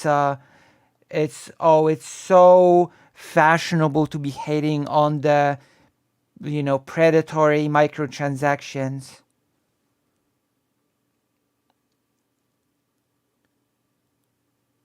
Like, come on. Wait, what the fuck? Why does everybody hate this movie? What? Wait, I just watched it, and I had no expectations going in. I enjoyed it. Like, why is there just so much hate for this movie? I liked it, or a show, or a game, or anything like that. I've noticed that happening with friends and with my... Well, I'm sorry, Xanderhal. Maybe you love the new Assassin's Creed games, but they are designed for you to reach to your wallet and to skip through the grind, to skip through the tediousness. It's by design. And this is what people are criticizing.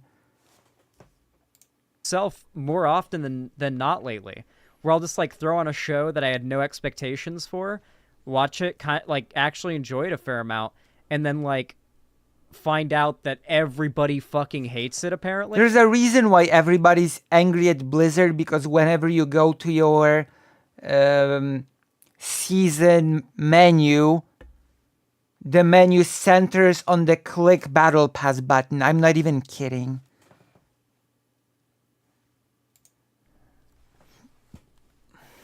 And it becomes clear that how many of these people genuinely hate the movie, how many of them are just bandwagoning, and how many of them saw the movie but had their opinion of it influenced by the fact that everybody else seems to hate it. So they were going into it expecting a bad movie, so they got a bad movie. The first Blair Witch movie? Yeah, the Blair Witch Project, the original movie, did not perform well when it originally came out, right? Or no, did it? I think it did perform well. I can't remember. They should remake Assassin's Creed 3. They remastered it, but the remaster wasn't great. Remasters don't tend to be as good as remakes, because with a remaster, you're still like, you're basically repainting the old game in the old engine. It doesn't work out as well. Remakes tend to be a lot better. Depends. I hate the Blair Witch Project. I think it's got like a certain level of corny, like, charm to it you gotta respect. Yeah. Anyway, that's happened to me before. Well, I'll find a movie. Oh, here's a good example of this. There was also, because this is also like, this kind of feels to me like the rebranding of the oldest argument in the world. If you criticize something, you must be a hater. If you criticize something, you must be on a bandwagon. Well, okay. What if it's not just hate? What if it's genuine criticism, though? Is it still being on a bandwagon? If you have Warcraft 3 Reforged, that was supposed to be this grand remake of Warcraft 3, and what you got was 1/50th of what you were promised. Are you on a bandwagon if you criticize that?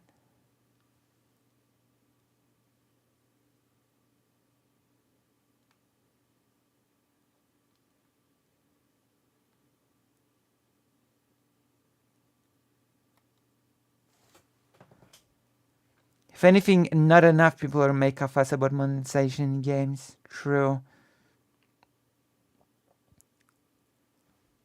Keanu Reeves movie I watched once. And I had... Like, are people now on a bandwagon for criticizing AAA companies and their monetary predatory practices? Heard of it. I'd never ever seen or heard of it or heard anyone talk about it prior to seeing it. I went into it completely blind. It was called Knock Knock. It's not a horror movie. If you have Diablo 4, a game in which resistances to elemental attacks do not work, are you on a bandwagon if you criticize that? Well, it's kind of a horror movie, but it's more of a thriller. And Keanu Reeves is not Keanu Reevesing it up in that movie. Let me just say that, okay? He is not a badass, is not the character he's playing in that movie. And at every point, you're just like, be John Wick! Come on! Come on, man! I've seen you kill hundreds of guys in a row! Come on!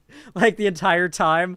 I won't spoil the movie, but that was basically what I was thinking the whole time. I'm not sure what to think of this take. It was a good movie.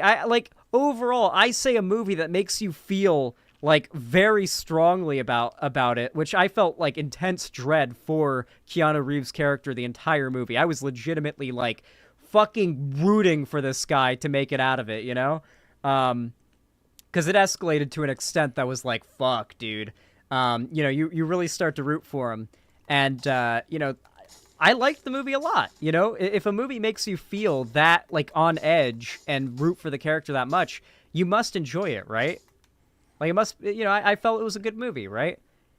So I went online after I watched the movie to see the reaction. only to see that pretty much unanimously all the coverage of it online is negative. It got decent like ratings and decent reviews, but on YouTube, the types of dudes who see Keanu Reeves as like John Wick and don't want to see him like not be a badass, they were not happy. And they had made a wall of content that was all shitting on the movie. And so the narrative online was the movie that I'm not sure, to be honest. And the funny thing is, then, How did a couple years later, this is the crazy thing, a couple years after I watched the movie goes semi-viral. Those old videos shit-talking the movie and spreading, like, narratives about how bad it is had aged out. They were no longer algorithmically relevant. And so the movie went semi-viral again on Twitter. People started talking about it. We're like, how have I never heard of this movie? Whoa, this is crazy. Whoa. And I saw it go trending on Twitter a couple months ago. A lot of people talking about, how did this movie get so much shit? How did this movie get so poorly reviewed? I'm going to be honest. That means nothing. Remember the Star Wars prequel trilogy? Remember that people criticized the Star Wars prequel trilogy? And then how later people were like, oh, compared to the new trilogy, it's not that bad. Well, guess what? I hate to be the bearer of bad news, but the prequel trilogy is still not good. It's still not good. Okay? So, I don't know. I don't know what to tell you. Also, movies do not come close to implementing the same predatory mechanics as games do. So, like, actually, the comparison to games is extremely incompatible.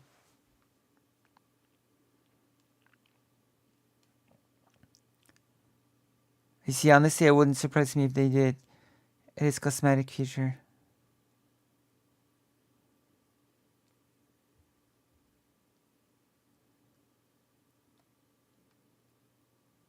Of course, The Thing was terrible flop in the series. And now it's one of the best horror suspense movies of all time.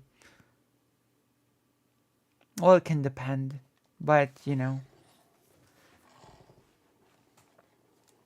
It also can just mean that people's tastes change. Not the initial impression was just wrong. It depends on the movie.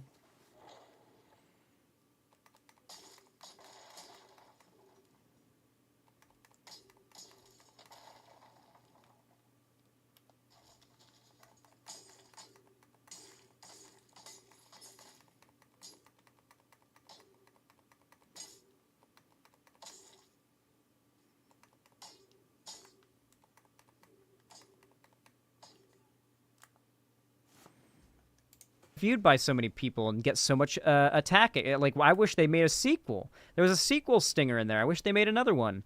You know, people just like discovered the movie was good because time had passed and they no longer had this sort of bandwagoning influence telling them that it was bad, and it just came up on Netflix and they watched it like I did and ended up having a very different experience than what they had most likely if they ever watched it back when they were influenced by the hate, or you know, if they'd watched it back then, because many of them didn't. Haters gonna hate is like a very old argument. Growing trend of hate, media hate, becoming more and more and more monetizable and thus more popular and thus more the bog standard status quo of the internet. Well, the Ubisoft games are not the best example of that. I'm sorry. That really upsets me. Here's the part that actually pisses me off, okay? I'm fine with people vitriolically hating stuff that I like. At the end of the day, it doesn't affect my ability to enjoy it. It's a little frustrating when these people organize mass like hate bombing brigades where they send death threats to the actors and the creators, or they drop mass hate bombings on the reviews, so that to try to prevent the show from being able to continue. Like, they want to get the show or movie or whatever it is canceled, right? Well, that's a bit different. And, that always pisses me off. Like, the people who, like, the YouTubers who are trying to get Rings of Power shut down and canceled, like, I get you don't like it. That's fine if you don't like it. But can you not do everything in your power to harass the actors and the writers and also try to get it canceled? True. Don't do that. Why are you trying to get this show canceled? Like, I get that you don't like it, but come on, like, can I be allowed to enjoy it? Can I be allowed to, like, be excited? And not only that, but any subreddit for the show as well that talked about it positively got brigaded and turned into a hate subreddit. So there's only one or two subreddits that are, like, locked down pretty tight where you can... I mean, that feels like a totally separate topic. The topic of harassment and brigading feels like a totally different topic from... If you criticize this game, then you're on a bandwagon. You know? It feels like sort of two separate things to me. Oh.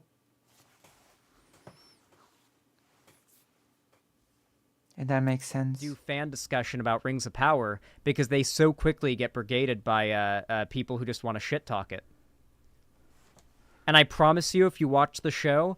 The fact that people have that much of a hate boner for it, like if you just like go and watch the first 5 minutes of the show on Amazon Prime, you'll just be like, yep, yeah. Like, we do need to take into consideration that some of these companies simply get warranted criticism. Like when James Stephanie Sterling craps on the bad practices of corporations, it's not because they are on a bandwagon. I can guarantee you that. That I can sort of guarantee with a pretty big level of confidence. It's insane. Yeah, the hate for it's deranged. Yeah. Like yeah. I can't imagine having that much energy to put into media I dislike.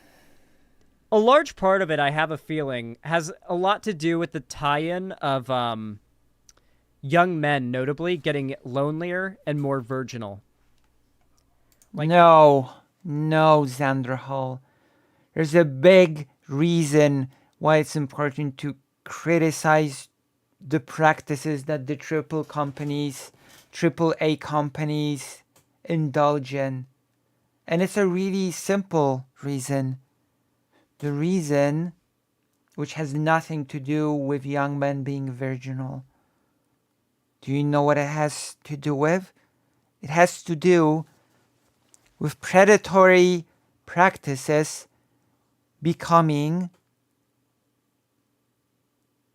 No, you should not.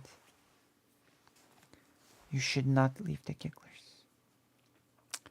It has to do with certain predatory practices becoming the industry standard.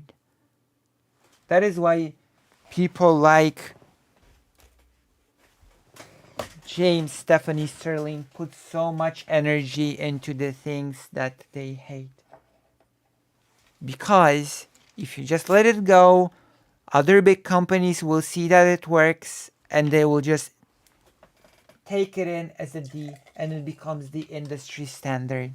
That's why one company had to start the microtransactions, and then the other companies adopted it, and voila, it became the standard.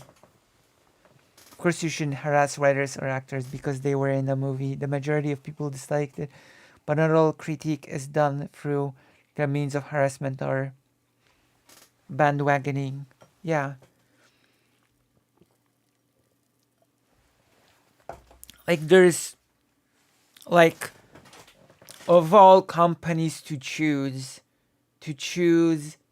Ubisoft, one of the most predatory companies on the market. Like, dudes are losing their virginities older and older, less relationships, less friendships. No. This lead to spending a lot more of your time inside on the computer.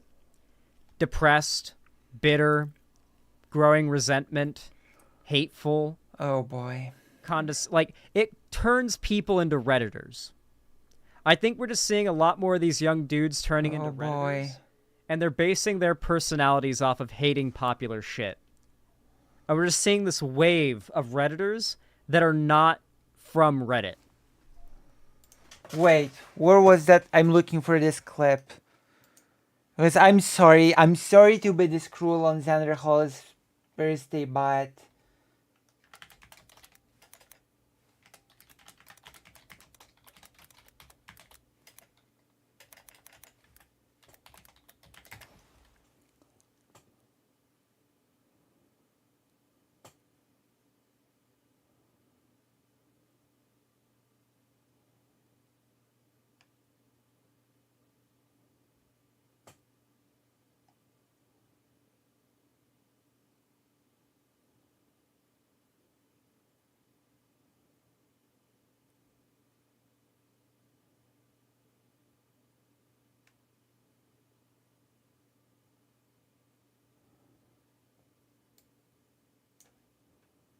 where is it? Where is the clip?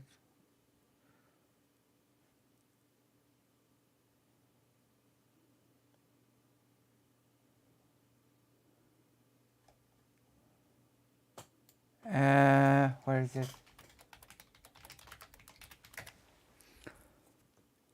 There you go.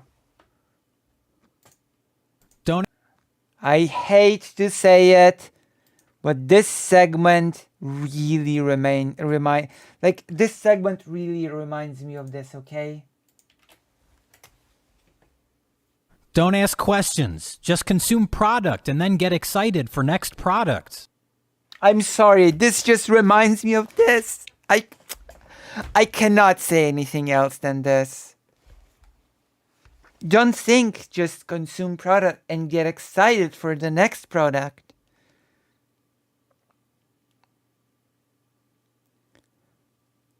Like, come on.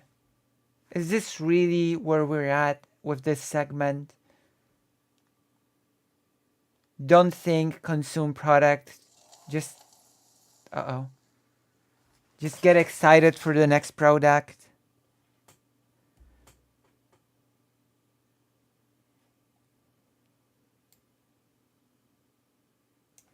Like, come on.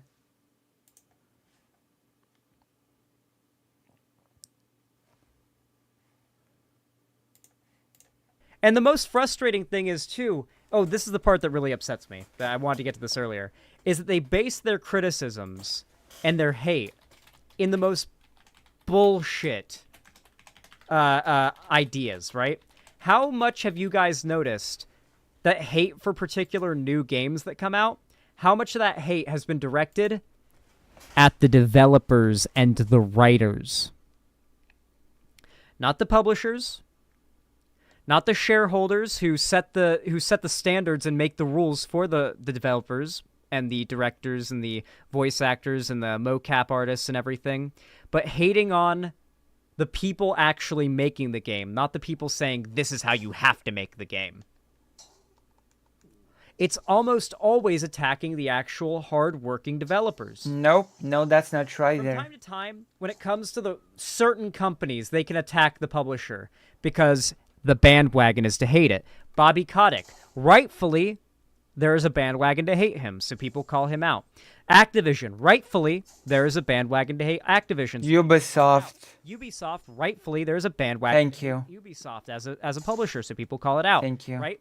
They shit talk these publishers and CEOs and higher ups that are just money men because they know them, and there's a bandwagon internet. Okay, Xanderhal has redeemed himself a bit with saying that. Okay. Okay, we're on the same page, I guess. I know. Oh, it's a thing that happens in these games. Okay, it's just one of those things that happen, and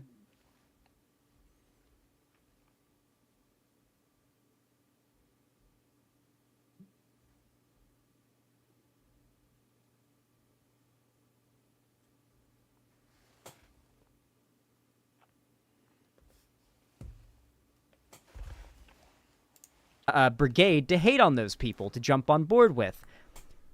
But if it's like CD Projekt Red, who got blamed for Cyberpunk? I don't think I haven't played Cyberpunk, but who got blamed for Cyberpunk? The publisher got blamed. It was not the no. Crunch was blamed, of course. Like, I actually remember when Cyberpunk came out, the main blame was thrusted on the company that rushed the premiere, even though the developers needed more time to polish it. It was the publisher, of course. And the crunch and rushing pushing out the game.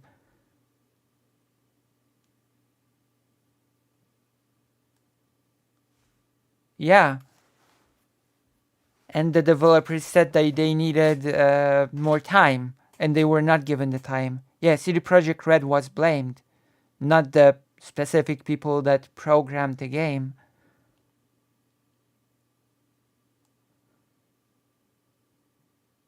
Yeah, the rush production, yeah.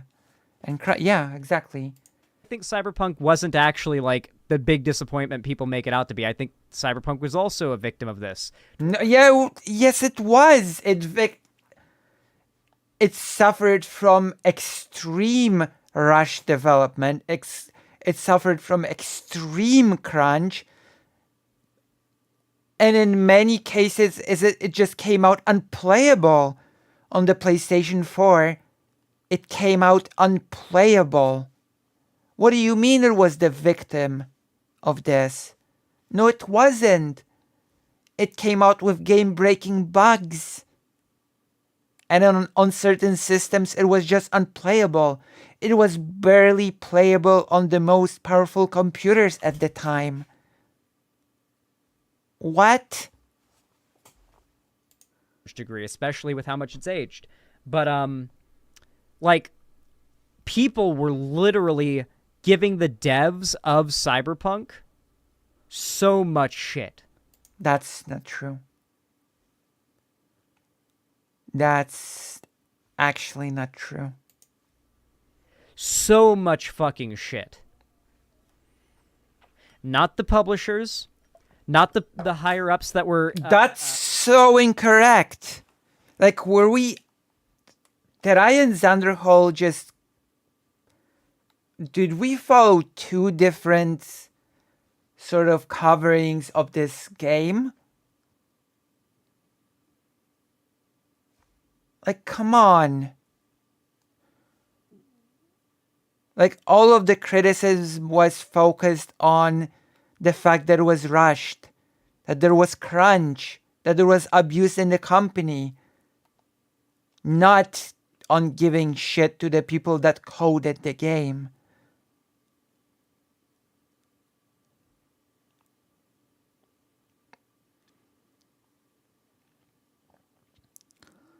Oh boy.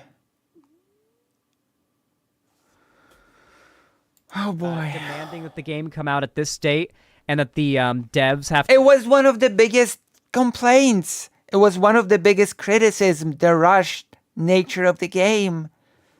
Everybody said that the developers asked for additional time. They were not giving it. Come on. To this much crunch time. They were attacking the devs. Okay, who are they?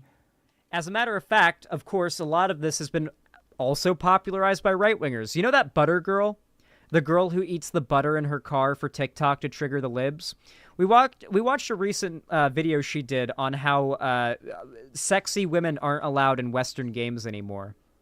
And it was about this new game trailer that came out where we see like a few frames that went viral on Twitter of this female main character from this game. It's Fable. Those frames, she looks like not very flattering because she's like in the middle of scowling. She's in the middle of like talking and spinning around. I don't know. Is it Fable? Unflattering pause screens that went viral on Twitter to try to push this narrative. So she made a video with no editing, by the way, where Fable, thank you, where she decides she's going to react to the trailer and talk about how ugly this girl is and how, like, these, and I quote, land whale SJW woke game devs. Okay, let's not pretend that right-wing channels represent all of the criticism in the media. Come on. Let's not go that route.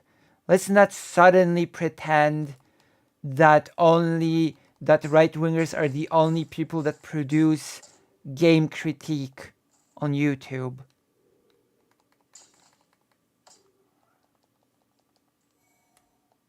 Okay, let's just, you know what? This YouTuber was definitely on. I'm just gonna check it right now. What's the person's name?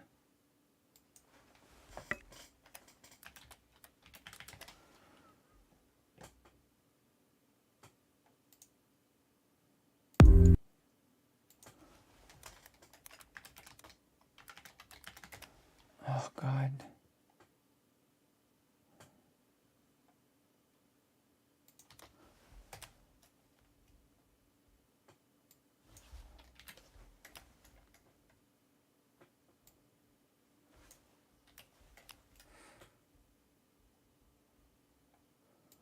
Maybe I'm gonna try a different angle.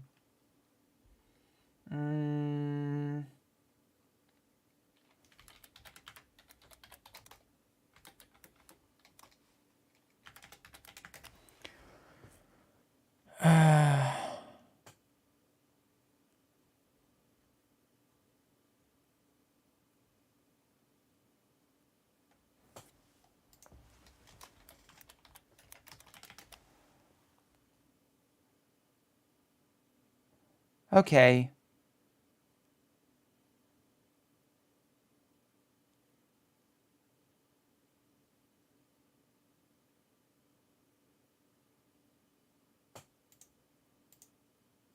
Let's watch this video. Because this is actually, interestingly enough, a retraction of a review.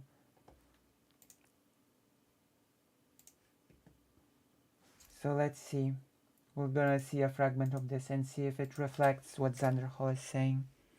So I've reviewed quite a number of games throughout the years, and I don't think I've ever once deleted a review, even for reviews that the community, a large portion of the community disagreed in terms of my opinions. I held my ground because I felt it was ultimately my genuine opinion of the game after having played it extensively. But with Cyberpunk 2077, it's different because this is a review where I feel I certainly didn't do my due diligence. It's a review from someone who rushed through the campaign and the overall experience instead of taking his time. It's a review from someone who put way too much trust in CD Projekt Red, and it's a review from someone who got way too caught up in the hype. Now, don't get me wrong, I really did mean it when I said in my review that I overall did have a really good time with the game when it wasn't getting in the way of itself and when things worked. I still love my time with the game's characters, the quests, the stories, the campaign. I still find aspects of the game's presentation impressive, though others obviously not so much. I still think Night City itself does look gorgeous, even though as a simulation it obviously falls woefully short. I generally had a good time with the gameplay, with the stealthy build that I went for, and I do know that there are tons of people out there who did have a good time with the game. And then there are, of course, those who didn't, and that's totally understandable. Despite all of that, my review didn't paint a full picture. Okay. I certainly went way too easy on this game in a way that I wouldn't have with other games or companies, and the review just... Wait, hold on. I thought that people just shitted on the developers. What's happening here?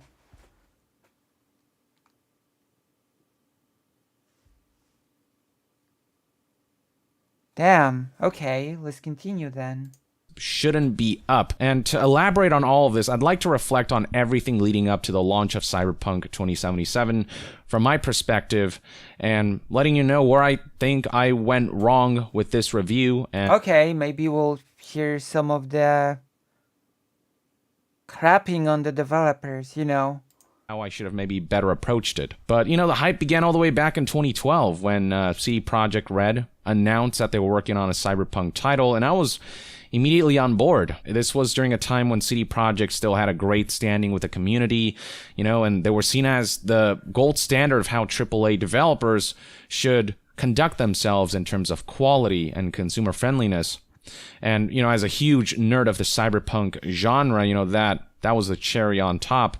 And so when Marcin Iwiński bullet pointed what the studio wanted out of Cyberpunk 2077, when I saw the teaser trailer and the style that it was going for, and when I saw CD Projekt Red's commitment to releasing this game when it's ready, a message that they touted time and again, this could turn out to be the game of my dreams, as did a lot of people. And this was doubly true when Witcher 3 I kind of feel like Zan is generalizing a bit because he saw some people do bad things or target the wrong people with the criticism. It's not really what's happening, though.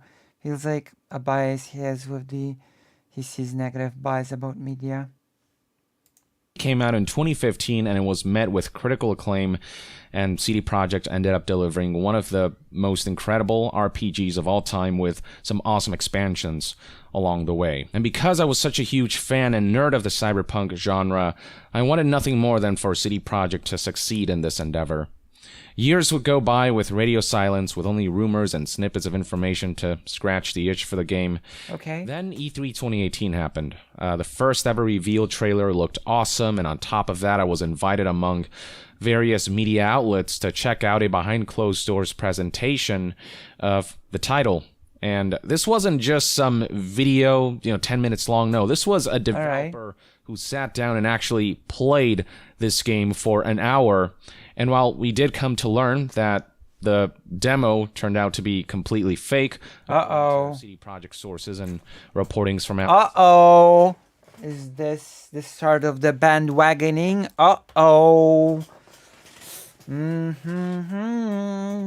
Like Bloomberg, the game at the time seemed very real because of the way they presented it. It wasn't a pre-recorded segment, it was live extended gameplay. And my hype only heightened throughout E3 2019 when CD Projekt showed off another awesome looking trailer, and they took the world by a storm when they surprise revealed that Keanu Reeves would be playing Johnny Silverhand in that epic E3 moment. CD Projekt also invited media outlets again to check out another closed doors presentation, once again played by the developer, and it was really incredible. And it was an extended version of that 15-minute gameplay video CD Projekt released involving the Voodoo Boys and taking down the animals in Grand Imperial Mall.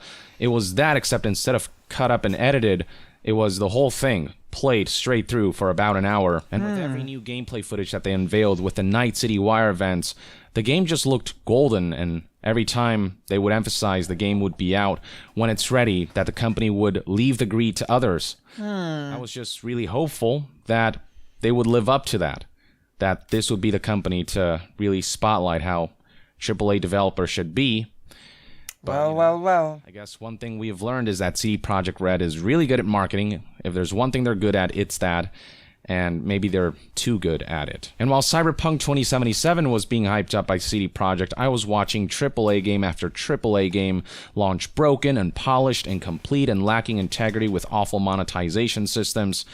So it was so refreshing to hear a AAA development studio going out of their way to continuously emphasize that they'll... Is this Young Yi here doing bandwagoning on the companies? Do right by the customers, and I fully 100% believe them. I fully believe there was no way the CD Projekt Red, after making all of those promises to the customers about their commitment to quality and integrity, would ever be led astray.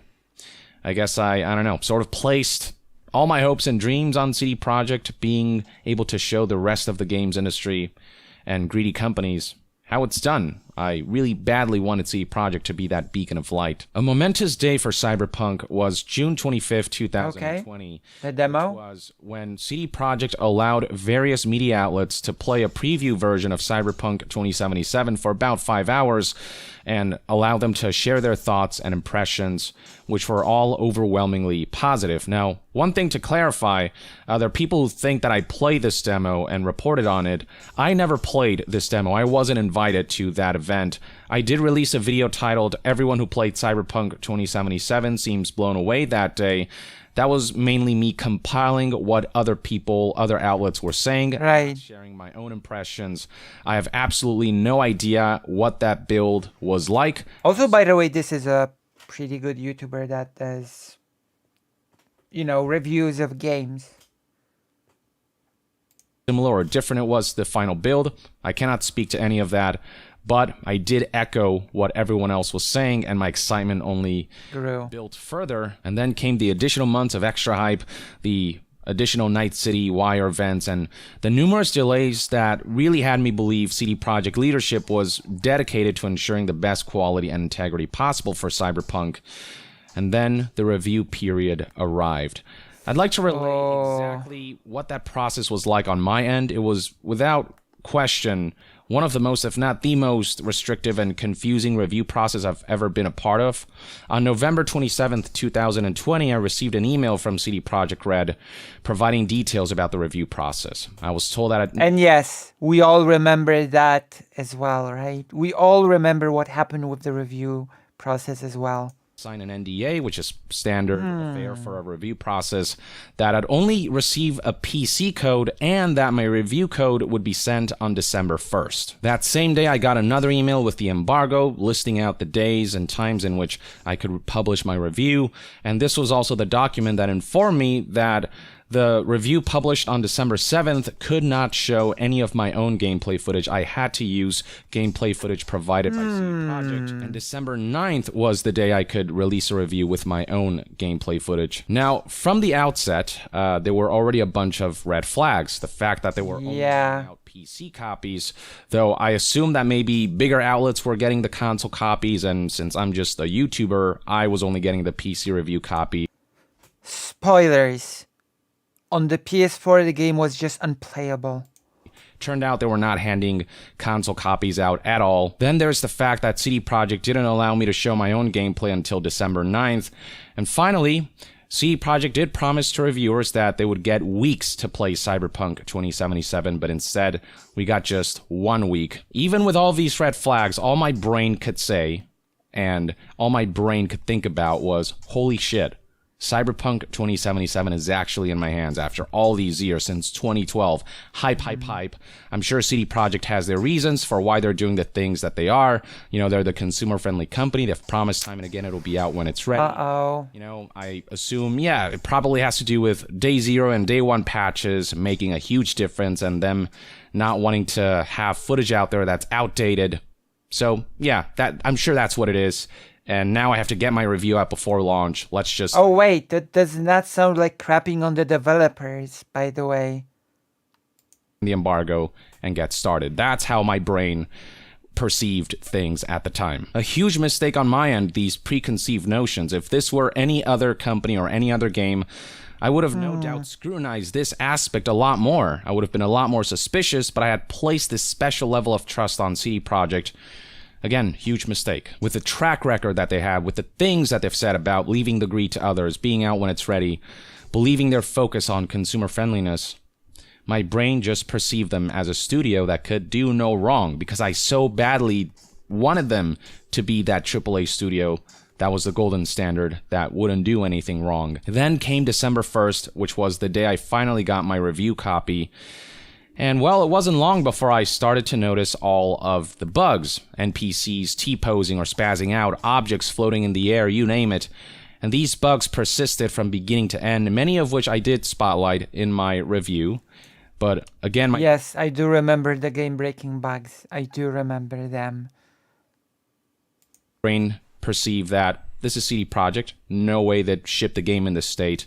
The Day 0 and Day 1 patches, surely they're substantial enough. And it didn't help that CD Projekt developers, they were tweeting out how substantial these patches would be and how it was a completely different game with these patches enabled. So I really thought I was playing a much older build of the game that just wasn't representative of the final experience. And my fear was that I would put a review out there and it would be outdated the second those Day 0 and Day 1 patches launched. That would maybe fix all the issues that I highlight in the review. And I especially thought this because I did have performance issues, and I thought it was on my end. I thought it was an issue with my rig. It was a case special to me because when I reached out to CD Projekt about the performance issues and ways to troubleshoot, I was basically told the equivalent of, that's weird, that's not normal, which really made me believe there was something about my rig that wasn't jiving with the game, and that this on console was unplayable once again, especially on the PS4. Was a special case for me. But after the game's launch, I would learn that these performance issues were not unique to me, that plenty of players would see similar results. And again, I believed in that Day Zero patch way too much. In large part because it was suggested to me that this is a pre-release version of the game and that the performance would greatly improve in the final product. And also, during the review, in the middle of the review process, there was an NVIDIA driver that dropped that did tangibly improve my performance. Still far from perfect, but a noticeable improvement. And then there was also a mid-review patch that dropped that did seem to fix certain bugs and issues. Not all of them, but a good amount. And so seeing the game improve during the review process, that made me believe that this Day Zero and Day One patch would really fix the game that much more. It really blinded me to this idea that a Day Zero and Day One patch would be able to fix all of these issues. When in retrospect, again, if this were any other game or any other company, that's not how I would have seen things. And part of it was inconceivable to me that after saying it'll be out when it's ready over and over and over again. That does not, once again, that does not sound like crapping on the devs.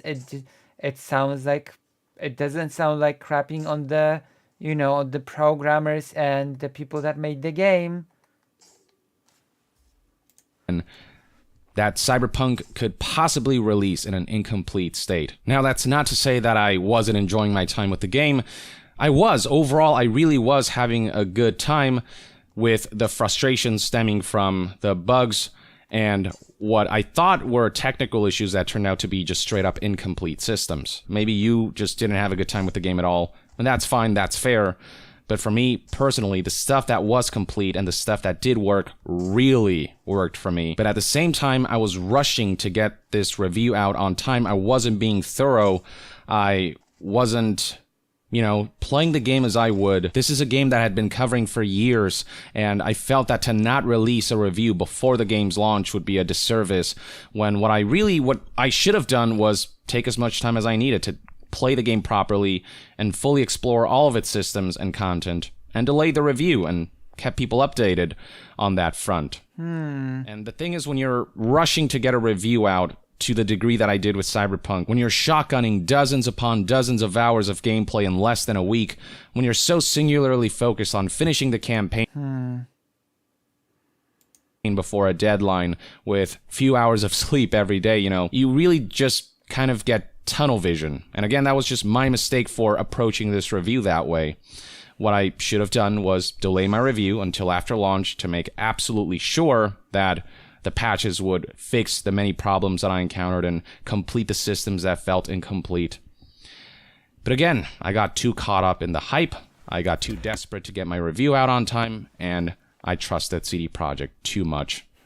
So then came the days that the review embargo was lifted. I decided that I'd post 2 parts to the review, one on December 7th, where I'd talk about my experience without gameplay footage of my own, and one on December 9th, where I'd show both things I loved about the game and issues that I encountered through my own gameplay footage. Okay. I did disclose in part 1 of my review that I wasn't allowed to show my own gameplay footage, that it did feel dishonest, that it felt like they were trying to hide something, but at the same time I went way too easy on the game because I had preconceived notions, because I was so... so trusting that, by the time the game launched, everything would be fixed with the patches. Now, one thing I do want to clarify is there are some people who are saying that I gave the game a 9 out of 10 or a 10 out of 10. I don't give out review scores, ever. In the case of this review, though, I don't think I highlighted the game's key issues enough. I didn't emphasize their severity enough. And part of it was the trust that the patches would fix a lot of the qualms that I had, and that when I released my review highlighting all of the issues I encountered, it would not be representative of the final product, because I was so intent on believing the final game would be just that much better. The police system was among the things that I didn't spotlight enough. I kind of highlighted it a little bit in a few seconds in the bugs section of part 2 of my review, but because I rushed through this review process, rushed through the campaign, I actually didn't end up interacting with the police a whole lot, and the few times that I did, when they'd spawn right next to me, I thought it had to be a bug that would be fixed with the patches, when it was in reality a non-existent system.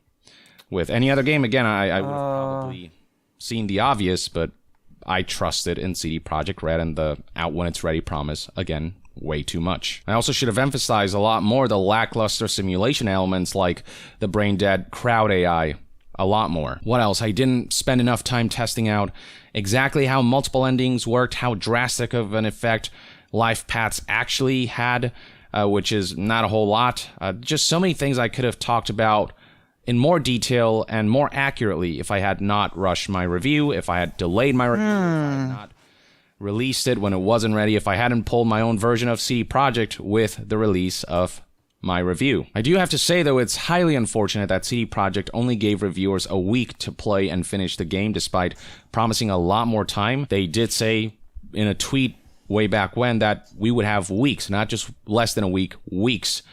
But ultimately, I could talk about all of that, but it was ultimately my decision to rush the review the way I did, despite the tight deadline. So at the end of the day, it's my fault, it's my channel, it's my content. What I upload is all ultimately on me. I shouldn't have said things like this game lives up to my hype, no matter how much I actually did enjoy the things that did work for me when the game, again, wasn't getting in the way of itself, because the game just had way too many issues. And, when there were clearly so many red flags. There's also the fact that my review is woefully incomplete, only covering the best version of the game, the PC version, when running on a beefy hardware with a RTX 3080, no less.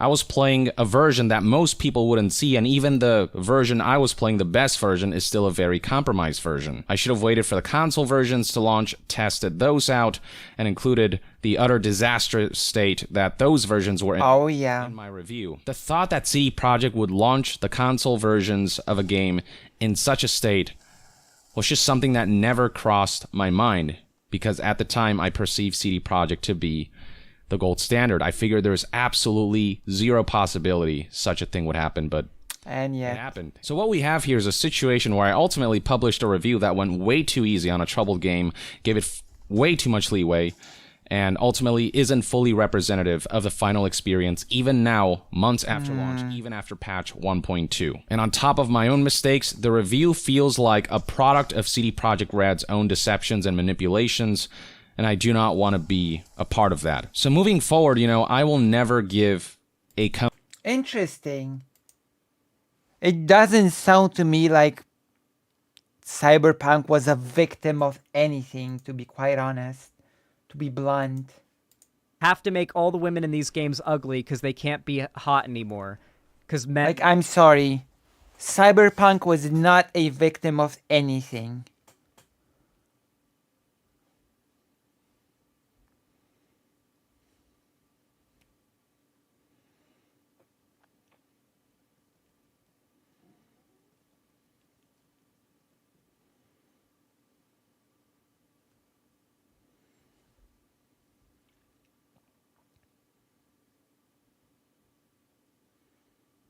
Oh my god.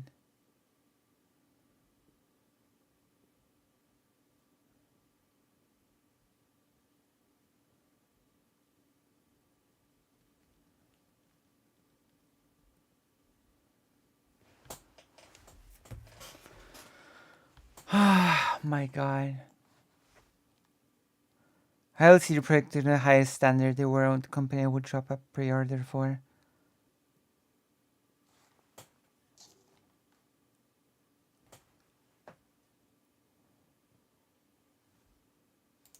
Can't be allowed to enjoy hot women. We can't be allowed to enjoy hot women is the narrative, right?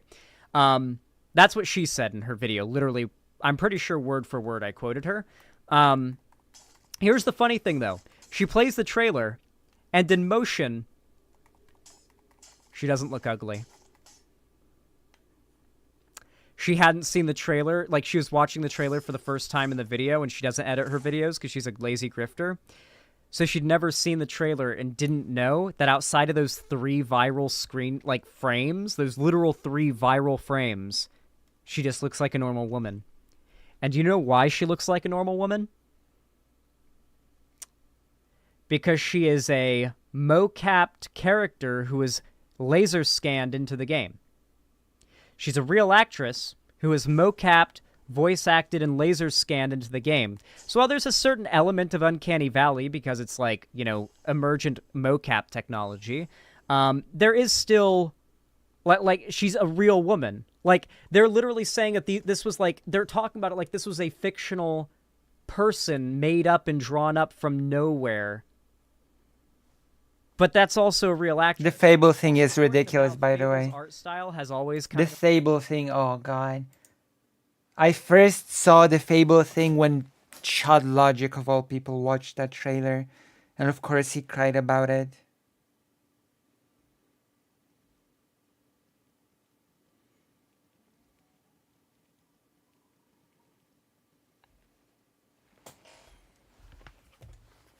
Of like made the characters look a little goofy and Uncanny Valley. I've never played a Fable game, but that's according to Balth.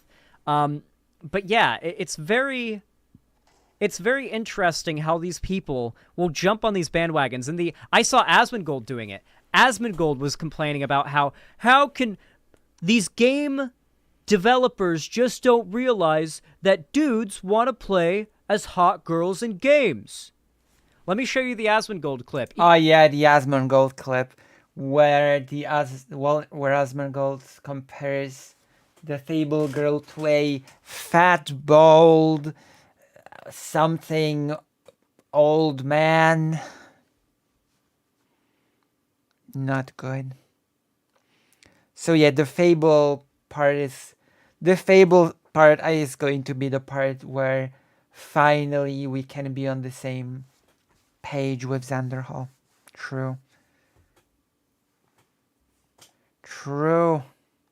Even he is stupid enough to jump onto this bandwagon. Asmongold Fable controversy. Yeah, here's his thumbnail. This is so bad. And here's the viral screen cap. This is the viral screen cap that went viral on Twitter, where she's like turning around and making a face, and they say this is also a real actress who's been laser scanned. But yeah, Asmongold is jumping on board with this shit. Like, it really is. That is a real life woman, and it's like a whole discourse about how this is so bad that they allowed this woman to, like, because she's not hot enough. Like, look, and here's him trying to cover for it. They did her so dirty. The IRL actress compared to the in-game model. That's literally the same frame that they keep taking from the trailer. And the funny thing is, when the Butter Girl reacted to the trailer, after like 10 seconds of realizing she doesn't look ugly in motion and outside of those frames, she pauses the trailer, the IGN game trailer, by the way, and do you know what she says? To make an excuse for why she doesn't want to keep watching the trailer that's blowing the fuck out of her argument. I'm afraid I'll get copyrighted. Oh my god. Hello, Sunday. Hello, squids. Squids. That's the term. Hello, squids. We're actually in the middle of celebrating Xanderhal's and Calimaius' birthday. But I'm afraid I have to say that I've been bashing Xanderhal on his birthday. My goodness. I don't know. I feel horrible. Hello, gigglers. I feel horrible. It's Demon's Souls, the remake on the PlayStation 5. I feel so horrible for bashing Xanderhal on his birthday. But it's okay. It's okay. Xanderhal will forgive me. After all, I am in his guild in World of Warcraft. It's okay. But I'm sorry. He said that on release, Cyberpunk 2077 was a victim of bandwagoning. No, it wasn't. It came out unplayable.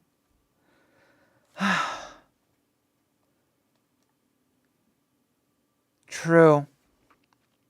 True. But yes. Yes. Although I do agree with the argument about the Fable thing being ridiculous, where everybody just started calling the protagonist ugly. Yeah, I will agree with that, definitely. But the take, like, come on. True. I'm roasting Xanderhal's game takes. Maybe it will warrant a Xanderhal reaction to this video, and then we'll go into a whole back and forth, and then we'll have a debate or something, and that will be like epic debate about the important things. Oh no, it's not about Fable being ugly as a game. It's about the woman protagonist not being hot enough. Quote unquote.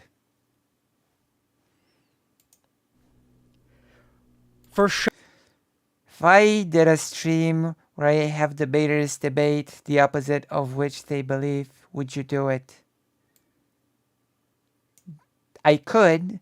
I could do it, but it depends with whom. Who would be my debate enemy? My debate, you know.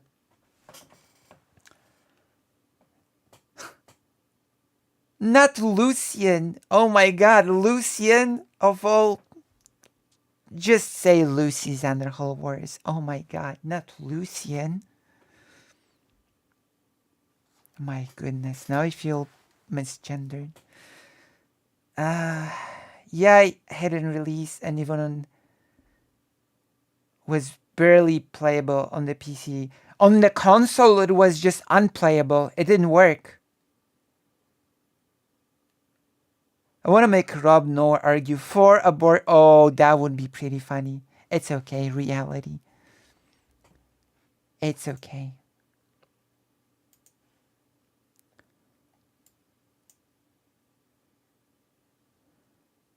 But yes, let's continue. It's almost the end of the video, but we're binging Xanderhal content because it's the birthday stream. I sure hope that Calimaius is in the chat because it's their birthday as well. Showing an IGN video game trailer. Oh yeah. They've done a lot of improvements to Cyberpunk 2077. Oh, nice. Happy birthday. Everybody wish Calimaius happy birthday because today is Calimaius' birthday, okay? Oh, Grandma Kami is Calimaius. Oh my god. I didn't know Grandma Kami is Calimaius. Oh my god. You've been hidden. We've been celebrating your birthday all this time. Get born. True. So please wish Grandma Kami happy birthday. Really relying on your audience's lack of understanding of the YouTube copyright system. Haha. Like really relying on that ignorance there.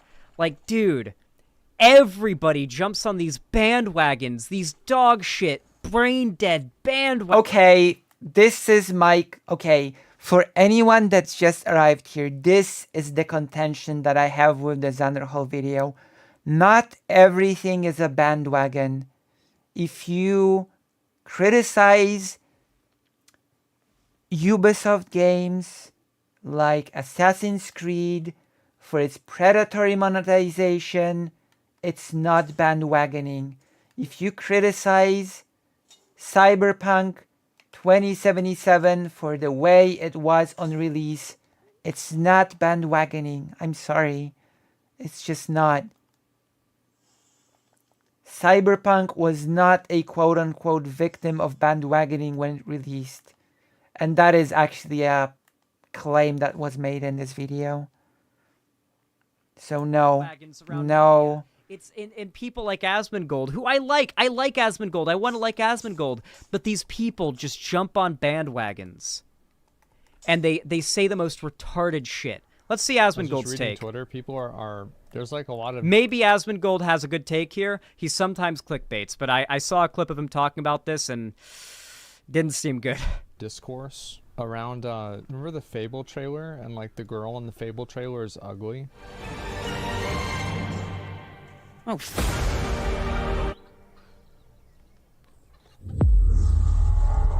I mean, for a Fable game, like because she's ugly. Yeah, why would they make her so ugly? Why would they do? I don't understand.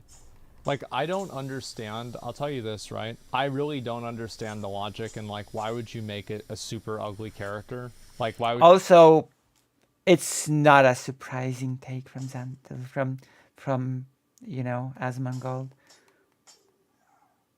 Like, you may like Asmongold, but this is not surprising if you actually watch his content. I'm sorry, Zen, I don't trust Ubisoft. You can't even have an account there without a chance you'll get it deleted there for inactivity. Imagine losing your games you paid for because the company just decides to nuke your account. Yeah, that's actually a thing. The Fable protagonist character looks fine. Yeah, she does. Yeah, that's my opinion as well. The characters weren't super ugly, just kind of more realistic. I don't get the hate here. Same. And also, let's be honest, the characters from Fable were never amazing looking.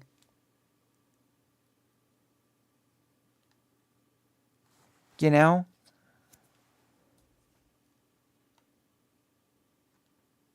Thank you, Chancho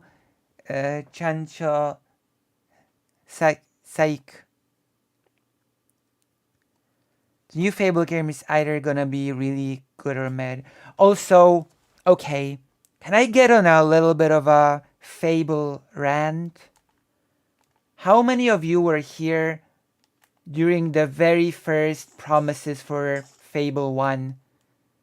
Peter Molyneux, or I think that's his surname, when he promised that you'd be planting your own tree in Fable 1, you'd just be living basically your whole life in Fable 1, you'd do unimaginable things in Fable 1.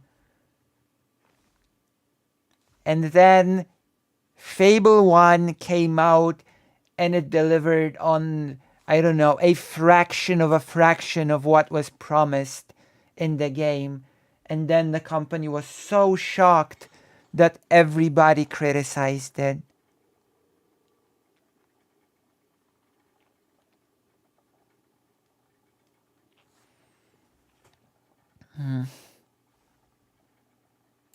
You put a really ugly character in the...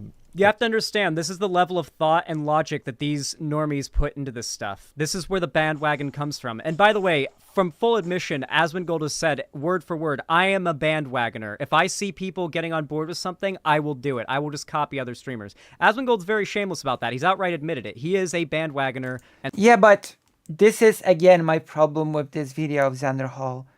Like, he conflates this with how Cyberpunk 2077 was received on release, which was not a bandwagon. Like, not all criticism is bandwagoning. There is very legitimate criticism to be levied against the gaming industry as it operates right now, especially when it comes to AAA companies. Like, especially when it comes to those.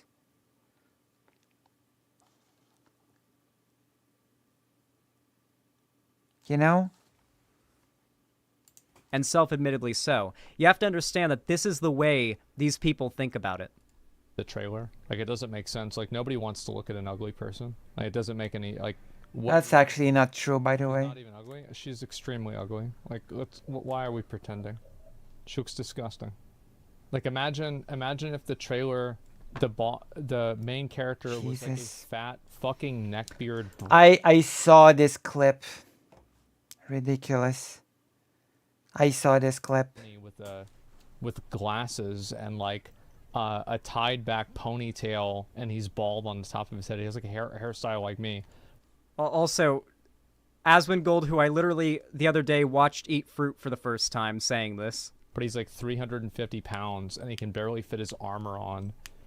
It's like, it would look ridiculous. It would be stupid. Like, nobody wants... I like how Asmongold, before realizing he had to jump on the bandwagon, let slip that he knows this is bullshit. Did you notice it, though? Yeah, I caught it. I caught it when Asmongold said, well, for a Fable game, and he was about to say that it's pretty standard for a Fable game for characters to look like this. I actually caught it, yeah. Did you notice Asmongold accidentally letting his real opinions slip out before he realized he has to jump on the bandwagon? Who caught it? Because I caught it. I think everybody caught it. I was just reading Twitter. People are there's like a lot of discourse. Listen carefully. Around, remember the Fable trailer? And like the girl in the Fable trailer is ugly. Oh.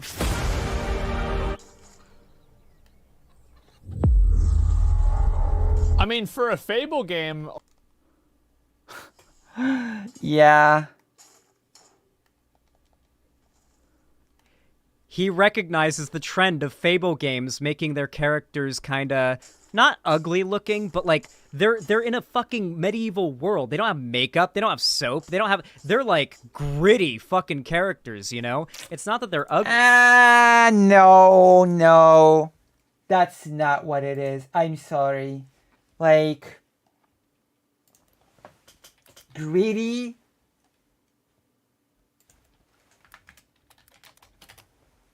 Greedy? Let's see Fable 1 gameplay. I don't know. Let me see. What I've... Yeah, I'm sorry. That's not grim. Let me just make it... What are you doing? It hurt! Yeah, I'm sorry. That's not grim. I'm sorry. I'll leave him alone. Just... That is super not grim, okay? That's super not gritty.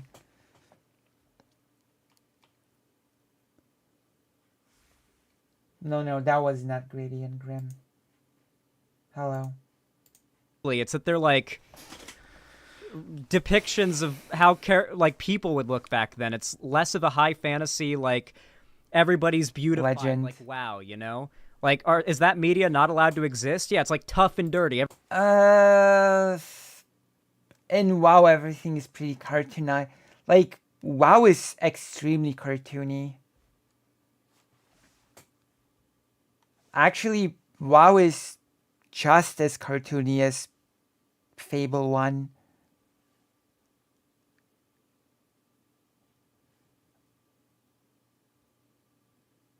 Everybody's like tough and dirty and calloused and ready to fucking go. Like, and there are people that... I assure you, there are people that are into the type of girl that the main character of this game is, okay? But you saw Asmongold almost let slip his take. He notices the chat and watch how quickly he changes his tune. Like, she's ugly? Yeah, why are they... Look, you saw the jump. You watched him jump on the bandwagon. Did you not see him physically jump onto the bandwagon in real time? This is what I'm talking about. It's this fucking bandwagoning hate cycle of hating everything that's popular. You have to give people shit for liking stuff you don't like. You can see the bandwagon affecting people in 4K, caught on video in real time. He has no beliefs. This is not unique to Asmongold. What Asmongold is doing right now is the trend that I have been ranting about for the last 49 minutes, now 50 minutes going on. You guys understand? Do you guys understand what I'm talking about now? Have I done a good job of elucidating my frustration? Yes, and I have this clip. I've showed it before.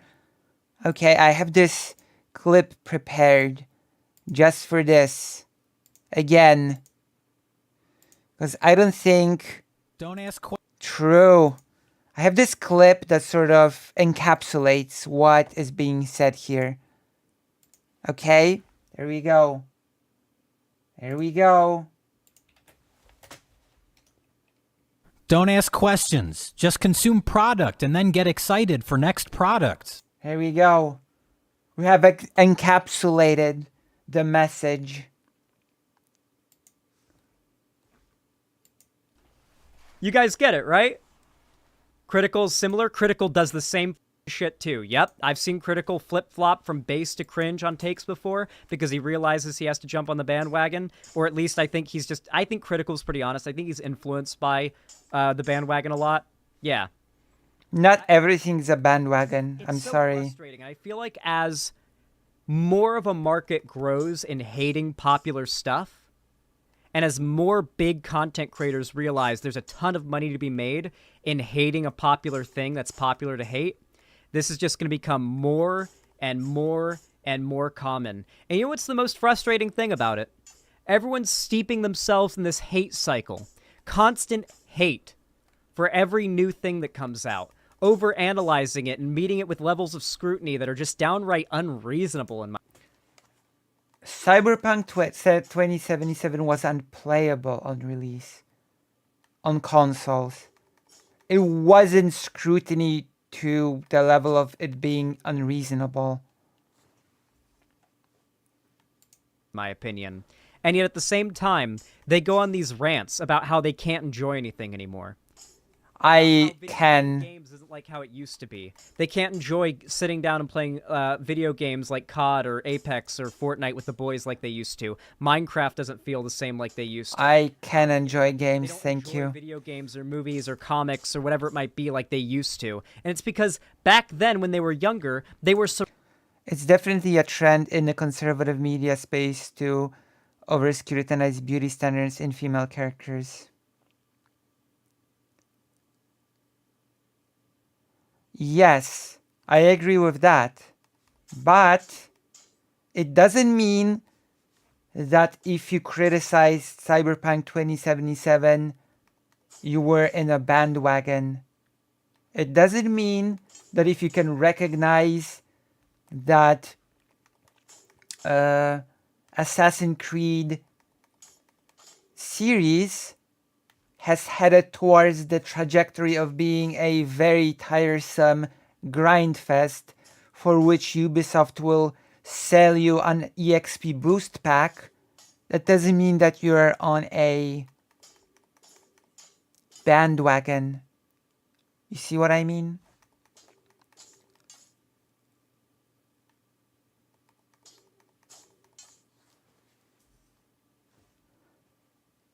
Yeah, I do consider these separate issues as well, which is what I actually said earlier.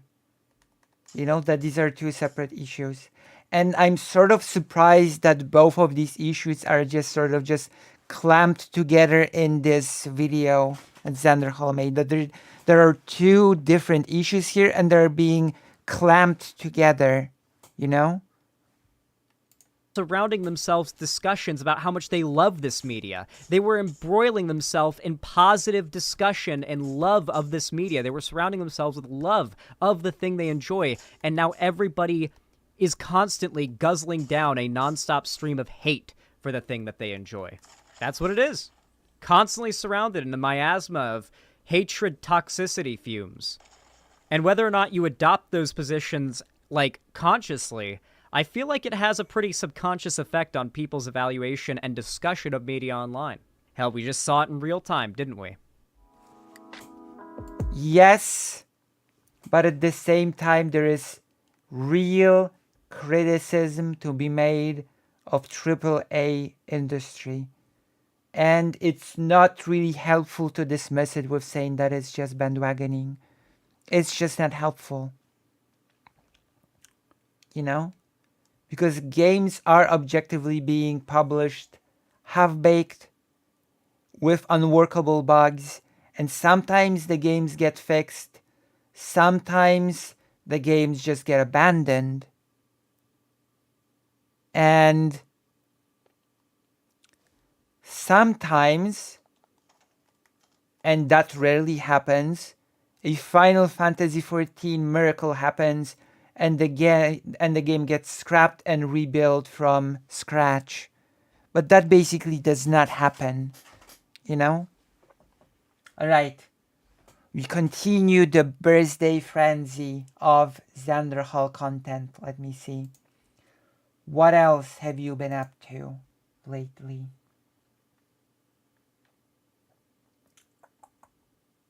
Also, if you've enjoyed this, press like, subscribe, hit the bell, and do all the other things. I think you will understand my criticism more if you rewatch the whole thing from the beginning. I think it will become a bit more clear what my gripes with the video were.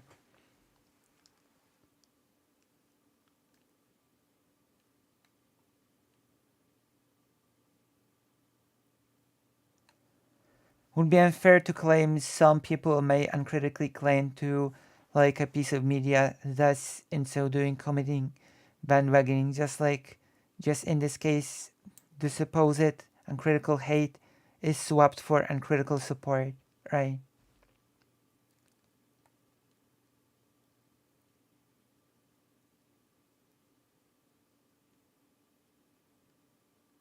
Alright, let's go. Just Pearly thing is even worse than you thought. What do you think of this? Let's see. This should be good. Let's remember that we're still celebrating birthday, okay? We're still in the positive vibes. So, lately I've been talking a lot more about the red pill community, which I think is pretty necessary considering how much they've been poisoning the minds of these young Zoomer teen boys. Oh no, I'm sorry to go back to the video before for a second there, but yes, Xanderhal also said that people jump on the bandwagons because there are more virgin boys.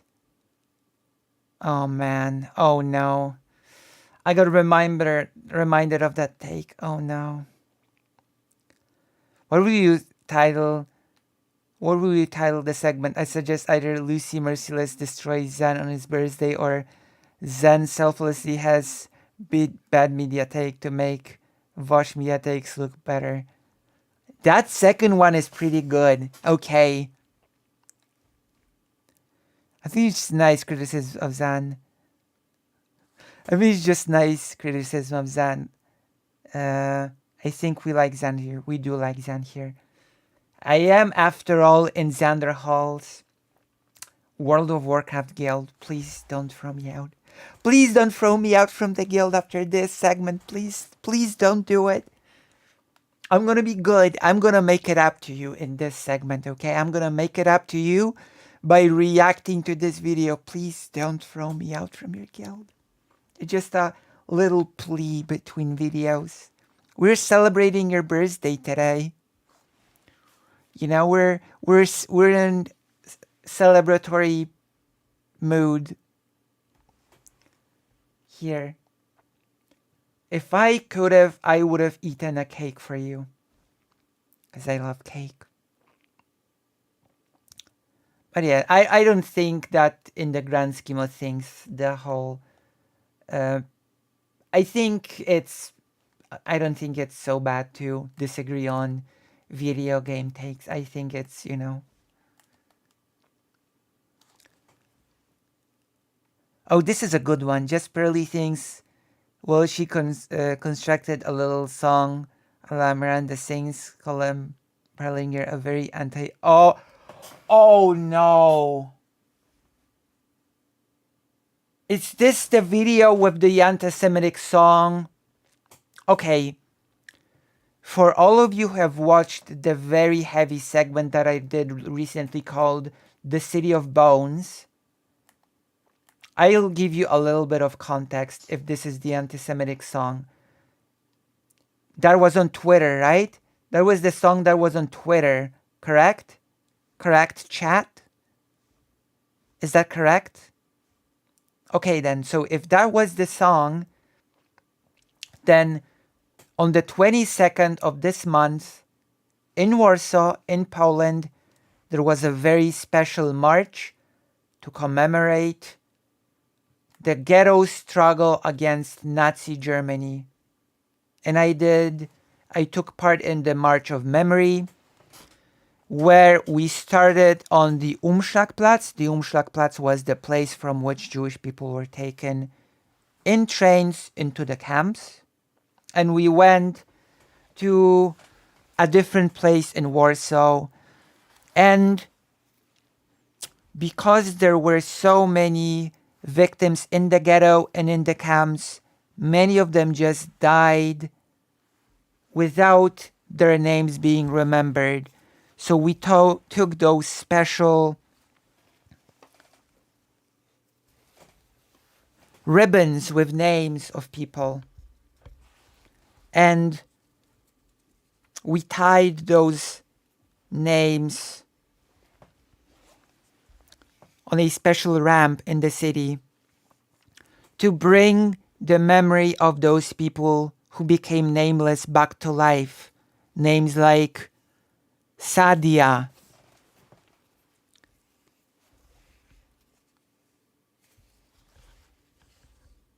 Shachna, many different names. And I created a pretty heavy segment on the after that event, and I called it the City of Bones because under the terrain where the ghetto stood, there are still many bones of dead people underground, under buildings, under streets, under the ground. Whenever you go for a walk in that area of Warsaw, you are basically walking on a mass grave. And that is what I focused on the segment. It is a pretty heavy segment. I will be releasing it as a video pretty soon. And on that day, as I was preparing for the march, for the memory march, I was greeted by an anti-Semitic video on my Twitter timeline of a woman playing an instrument and singing, "Why can't we talk about them? Why can't we talk about them?" I'm not saying that Hitler wasn't a bad guy. And that was on just before the March of Memory started, you know? And I even did a little response. That's really what I need on my timeline as I'm preparing to the march. And I showed a little photo of the Umschlagplatz. Like, I really recommend for all of you to watch the segment when it becomes a video, because we recreated the whole march and there are a lot of elements that were added, historical elements. Let's see the check. Oh, I watched the Armchair Historian video on this. A very horrible event, but the bravery the Jewish people showed in the face of genocide is very admirable. May they rest in peace. Quite the thought to think to know you're walking on a mass grave. Yeah. And we also talked to my mom's friend, and he was basically talking how all the new buildings in the ghetto were built on the remains of the old buildings. And in the old buildings, the bodies were never taken care of, which meant that they just decomposed in the old cellars, which meant that in the newly built buildings, the stench of the dead could still be felt even in the early 50s. You know?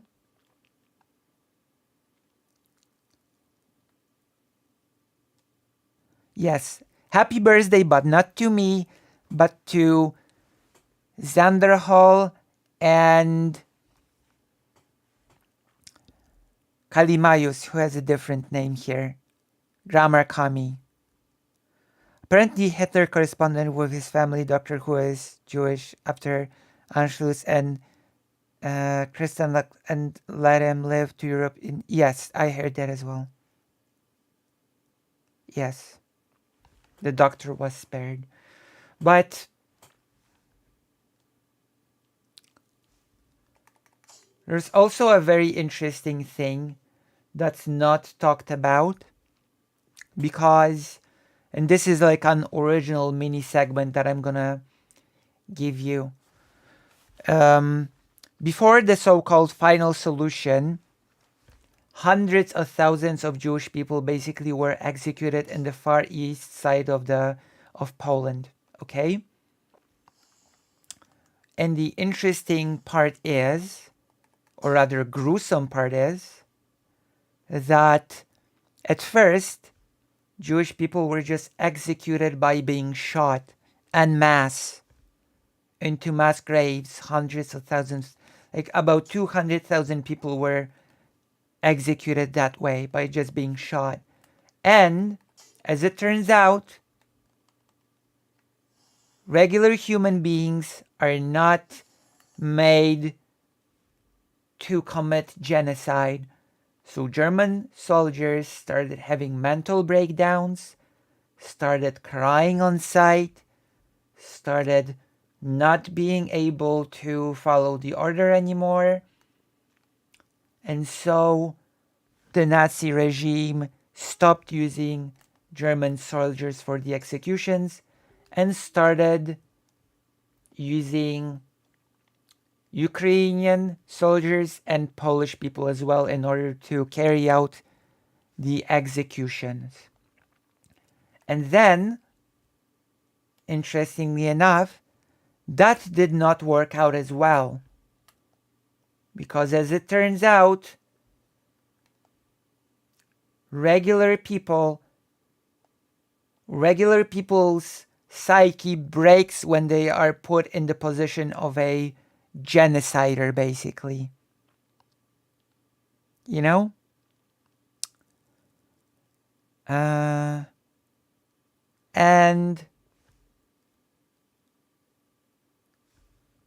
so,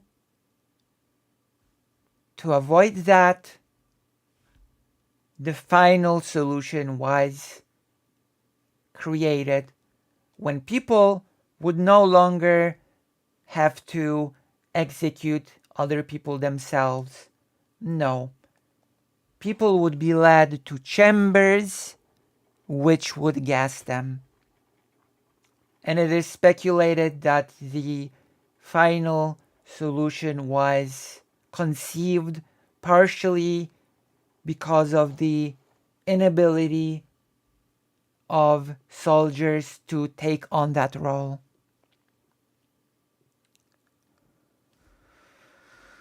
So yeah, that's the little bit of a story here. In particular, one of the most influential figures who has a very weird love-hate relationship with her audience, Just Pearly Things, is someone who I focused at, especially lately, a lot more. I don't know who that is, to be honest. I think she needs to be covered a lot more, especially after the she pulled recently. If you're curious to learn more about her, I recommend you look at some of my other videos, that go over what she believes and what she stands for, but I'll give you a brief summary.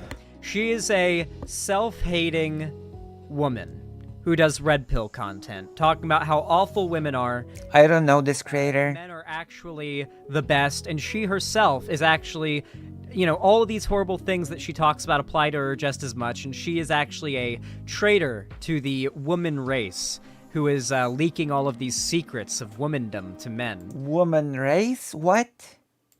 And warning men about how truly duplicitous and evil women are.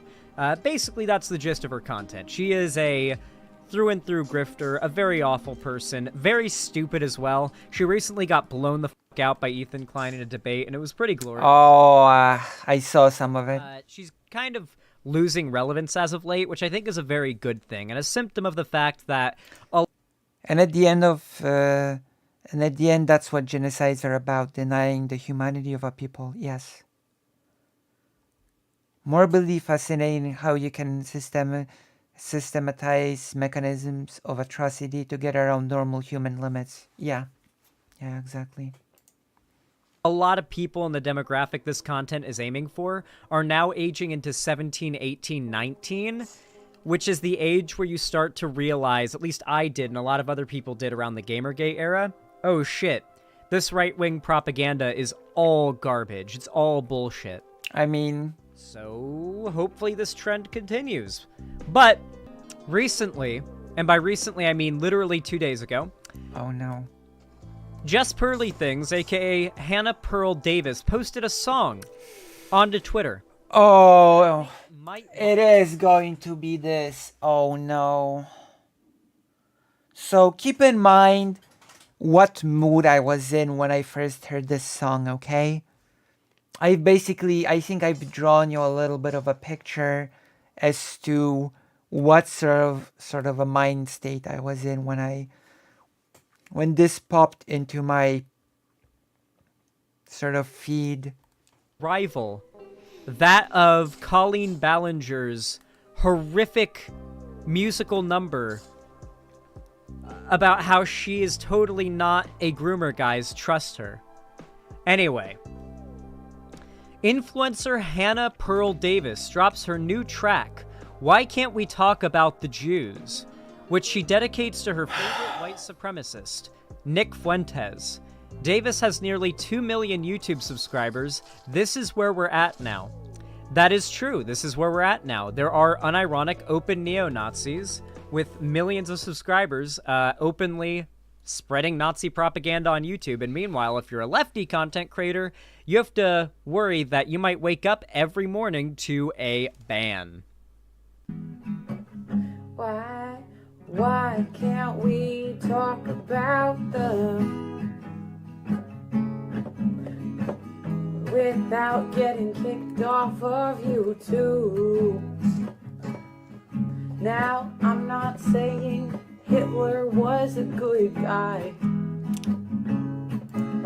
Between the creation of the ghetto, because... Okay, let me ask this. Does everybody here know what the ghetto was? I'm hoping to hear yes, but just in case, is everybody in the audience right now familiar with what the ghetto was?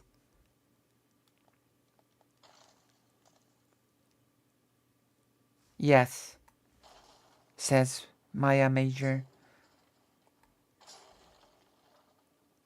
Yes. I have a rough understanding of it. I would say yes.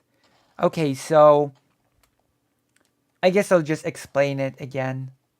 I'll just say it to be, for us to have an easy framing as to what we're talking about, even if most people know. Basically, at some point, 1940, Jewish people were closed within a section of Warsaw. They were closed off by walls, the ghetto walls. And within those walls, 450,000 people, give or take, were squeezed together, were just pushed into a very small area without food. Well, there was food at first, but later the resources ran out. Without any resources, without any means of survival. Within the first 2 years of the ghetto, about 200,000 people died of starvation. Children suffered from what we call the deprivation of nature. Children who were small and were growing up in the ghetto were developmentally compromised because they did not know what nature was. They did not know what a lake was. They did not know what many elements of nature were, because they had no point of reference. They spent all of their life trapped in the ghetto, and there were no pictures, books, or photos to show them, to teach them what those elements of nature were. These were the problems of the ghetto. And of course, starvation and many other problems. Okay? And it's important to understand, really understand what was going on. And then, with that mindset, come back to this song. Why can't we talk about them? How do you not rhyme dude with YouTube there? How did you go with guy instead of dude? But I kinda wanna know why. Now there's all these conspiracy theories, and the more they talk, I think maybe they're right. But I can't even listen to the convo. I can't even have the conversation without getting canceled by the left and the right. Why can't we talk about them without getting kicked off of? You know what this reminds me of? I'm going to give you guys a little bit of a breakdown, like a fast forward or a rewind back in time to the era of the the skeptic community. Because if there was a current era equivalent to like the anti-SJW skeptic community on YouTube in 2014 to 2016, it would be the red pill like podcast brosphere of today. That would be what we're dealing with now. And it kind of reminds me of when the anti-SJW community put all of their stock behind claiming that Rage After Storm, I think her name wasn't a... Correction, this isn't a song. It's a mental breakdown of lyrics. I just pity her to a point she needs rehabilitation really badly. Nazi after she made her videos in The Great Replacement and Race Realism.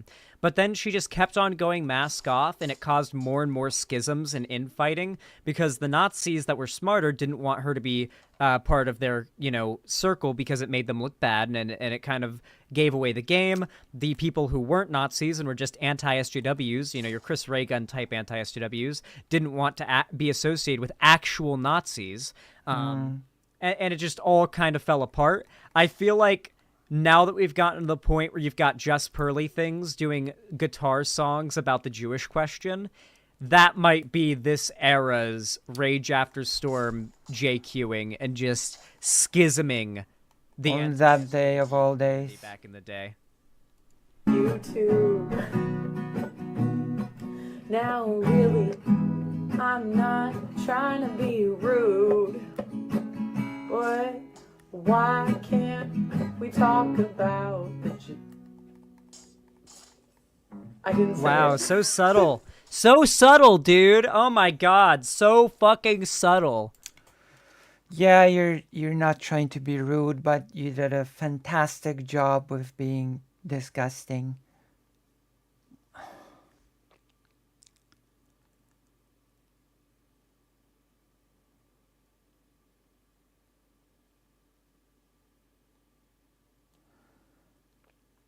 She definitely came across quite badly in her debate. His underlying belief seems consistent. I recall she was argued previous that slavery actually wasn't that bad.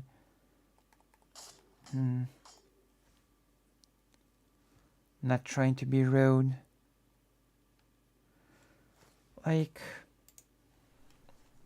Wow. Okay. Let's check her channel. Let's see how Just Pearly Things YouTube channel's doing. Is she still up on YouTube? I'm gonna guess yes. She is still up on YouTube.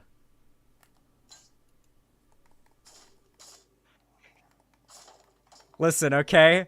If you guys want to know how much of a genuine connoisseur I am, okay? I know who this is, and I follow her on Instagram, and I've seen... I am physically not able to muster any humorous remarks about that song on Why Can't We Talk About Them. I am physically incapable of mustering up any jokes about it. Apologies. Seen this post on Instagram when it came out.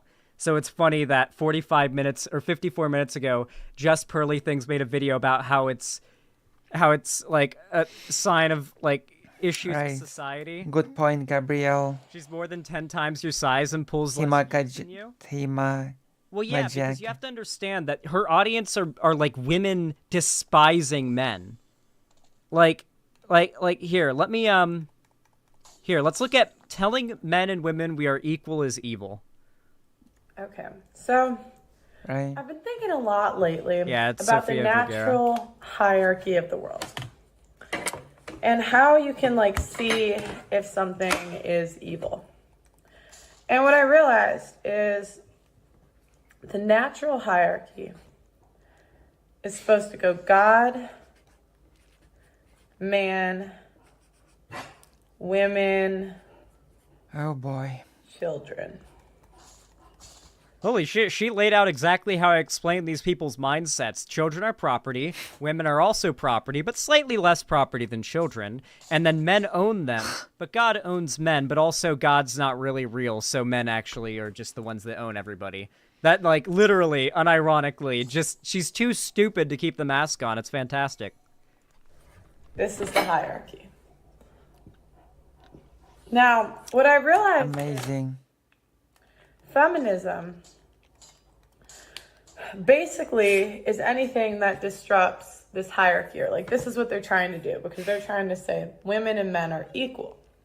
And when you say women and men are equal, that naturally goes against God because it's disrupting the natural like How does she look higher than me right now? Hierarchy of the world. And I was thinking about like women and men's like true natures, right? Like men are just more logical, to the point problem solvers. Or women, it's like we're so emotional. She cannot believe these things, by the way. It's all a grift. I don't believe for a second that she... Like, I saw that debate with H3, and I saw how all of that rhetoric just fell apart. Like House of Cards.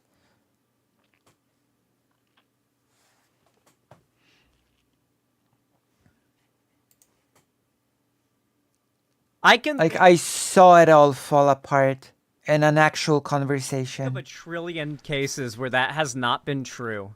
I can think of a million trillion cases where that has not been true, okay?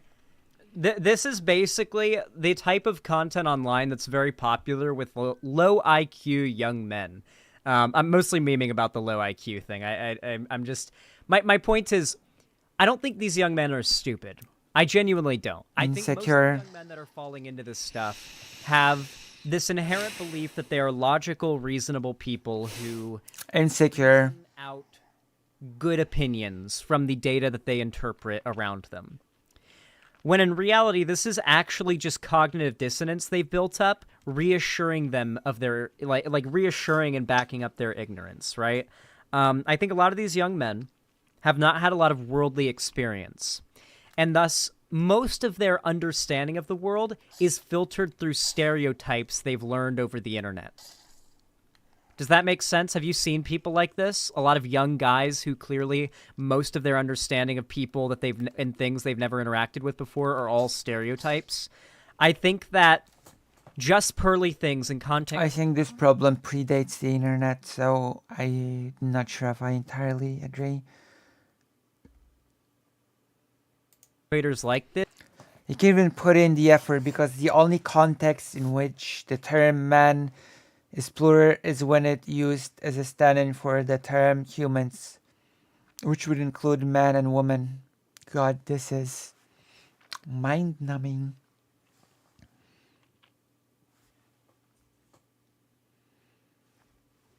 And yet, they want it to be seen as an existential threat to society. This very effectively prey on those young people whose only real understanding of women. Like, if you're a 15-year-old guy, you don't understand women. You've probably never befriended a woman before onto such a level where you can, like, understand them psychologically enough to, like, recognize that, like, you are still very much, like, motivated by hormones and lack of experience and knowledge. And I feel like for a lot of young men, it takes a little bit of life experience to even make mutual, like completely platonic friends with women. Like, how many guys do you know who had to reach like 19, 20, 21 or much older years old before they could like actually have a platonic friendship with a woman? That they, like, a friendship with a woman they didn't intend on having sex with. Tons of guys I know. Or, what a wild idea. This is a wild idea. I hope I'm not gonna shock anyone with this hot take. People of all genders could just befriend one another at an early age and build those connections and learn to build those connections at an early age. How about that?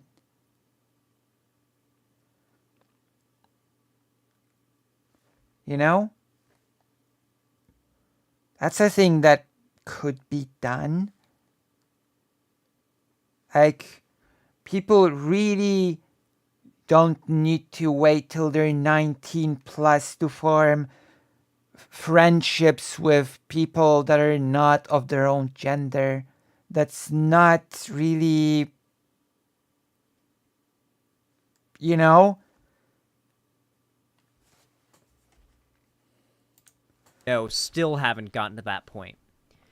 It's very common with young men. I think Just Pearly Things takes heavy advantage of that. Tells them, yes, your worldview backed up by these stereotypes is totally true. Trust me, I'm a woman who's betraying the other women by telling you this. I'm leaking secret, top secret redacted info. It's like, it's a very predatory and Yeah, you didn't serve me well. Yeah, right. Like, small kids don't really think about stuff like that on that level, Well, some do, but it's more of a taught behavior. Like, what happens in Zen's world between the age of 15 and 19 that enables boys to understand women life experience? I don't know. I think people overestimate how much wiser people get through the passive, through time just passively flowing.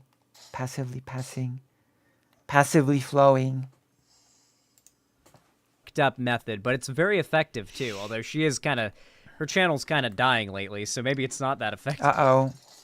And I think what feminism has done, I hope my channel is not dying. that they're good people for letting women be equal. Oh, God. And I can't argue with that logic. It does make you a better person as a man to see women as equal to you. That does make you a better person. I think that's pretty indisputable, and I would not argue with that. That is not a straw man. That is actually not a straw man. And what I realized is I like how you can hear a dog panting in the background. Probably because she just finished fucking it. And I'm not joking. I'm sorry, but the Holy Scriptures have spoken. The Holy Scriptures... I'm sorry, what? We all know the truth. You're a white girl, and I know it's hard, but you really gotta stop banging dogs. You can lie and start complaining. Where did that come from? You're a white girl, and I know it's hard, but you really gotta stop banging dogs. You can lie and start complaining, Oh my goodness. Don't you know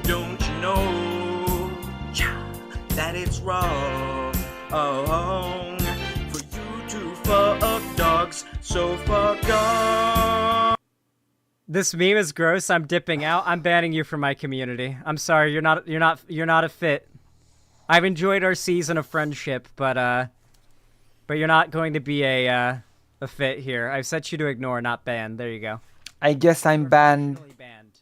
As far as I won't see you, but you can still chat. I guess I'm banned. I don't think if you don't find this meme funny, this is like a great litmus test as to whether or not you belong in this community. I guess I don't belong. Does it make you at least chuckle a little? Then you just this isn't for you. I guess not. It just isn't for you. Yeah, this is also Lav's theme song. The like psycho turf that like was obsessed with Destiny or whatever. What if I only blew some air out of my nose? Get out of here. I'm just kidding. I've never heard this before. Litmus test to find out who here. Oh my god. The epicness of my channel, okay? I see. We're just too goated here. We are simply too epic and based here. We don't cut any corners. We are just all around fucking based. Okay, I'm gonna click on this. Oh my god. Let me see.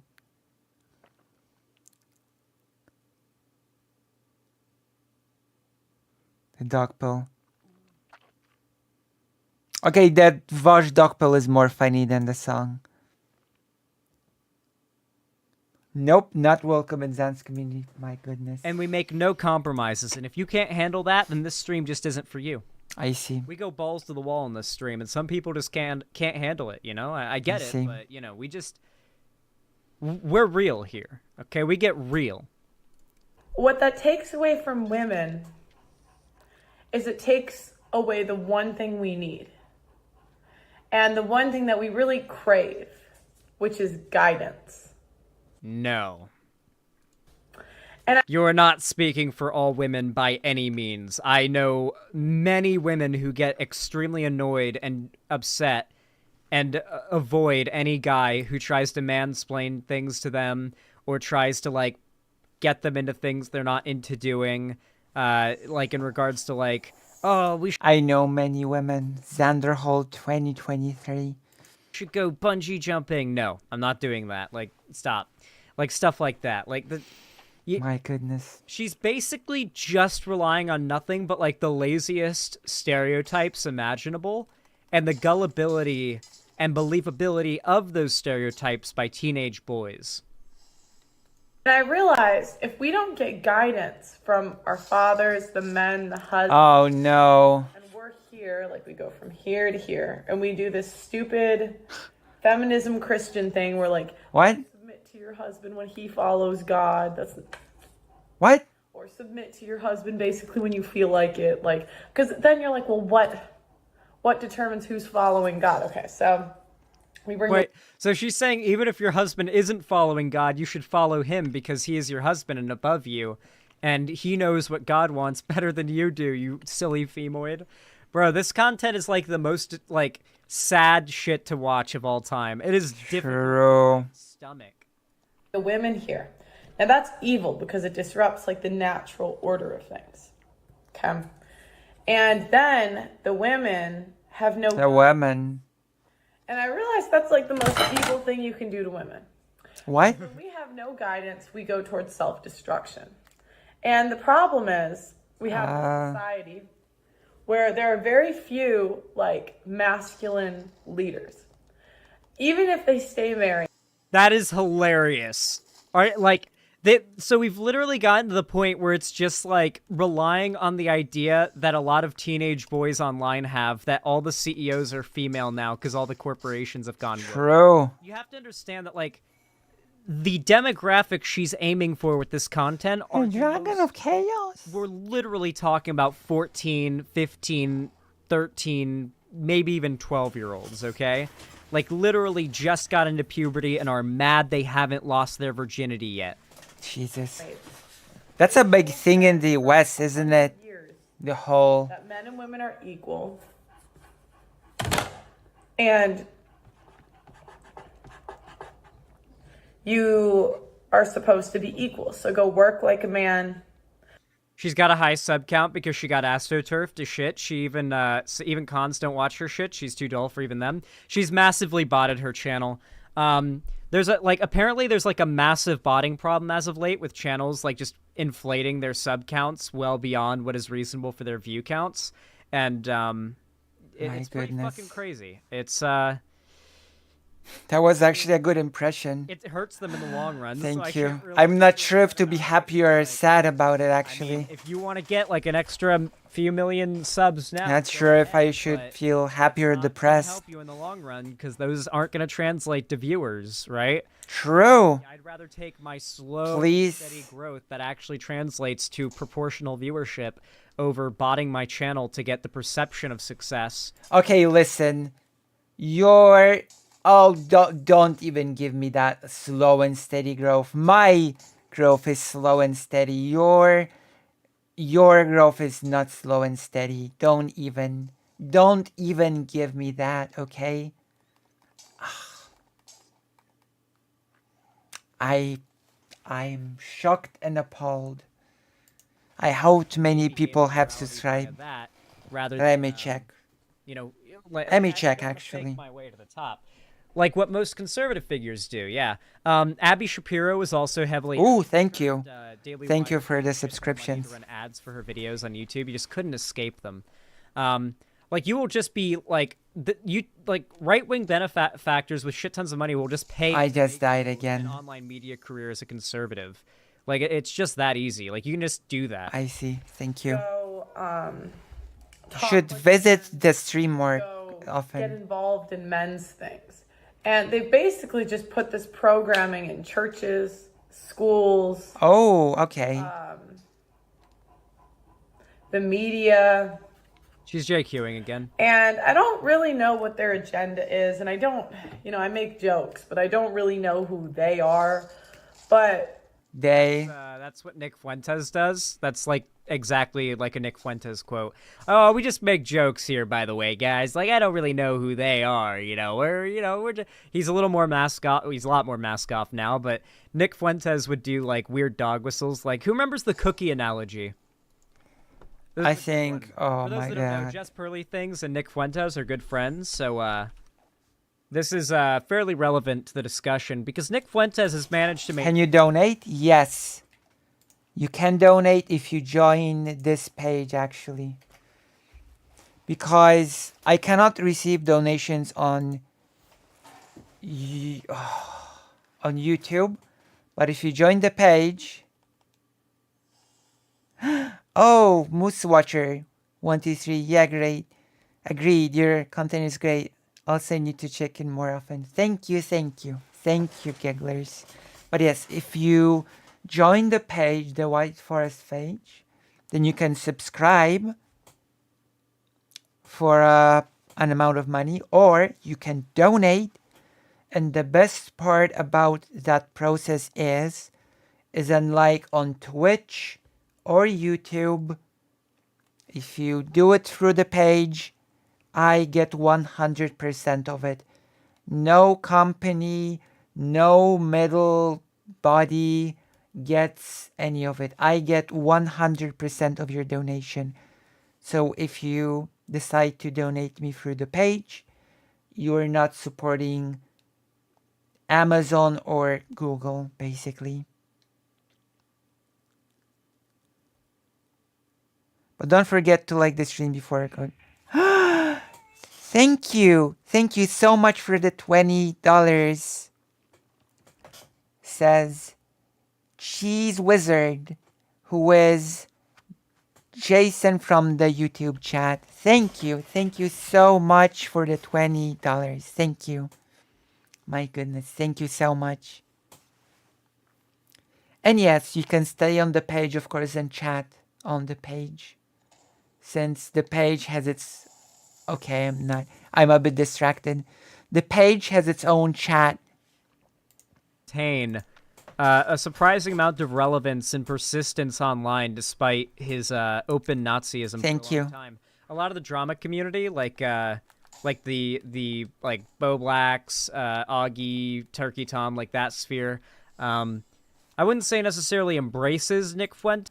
I will just say, as a little bit of a tangent, of a show tangent, that the more viewers and support I receive, the more I move away from the dreaded age slur. And if you want, I can explain to you what the age slur is, but it's a dreadful thing. Let's continue the video. But they don't exactly reject him, you know? They definitely hate someone like Keffels a lot more than Nick Fuentes. That's pretty obvious. Let me see if I can find the video of Nick I'm not good Fuentes at this doing game. the Holocaust denial. Oh no. All right, YouTube's taking this.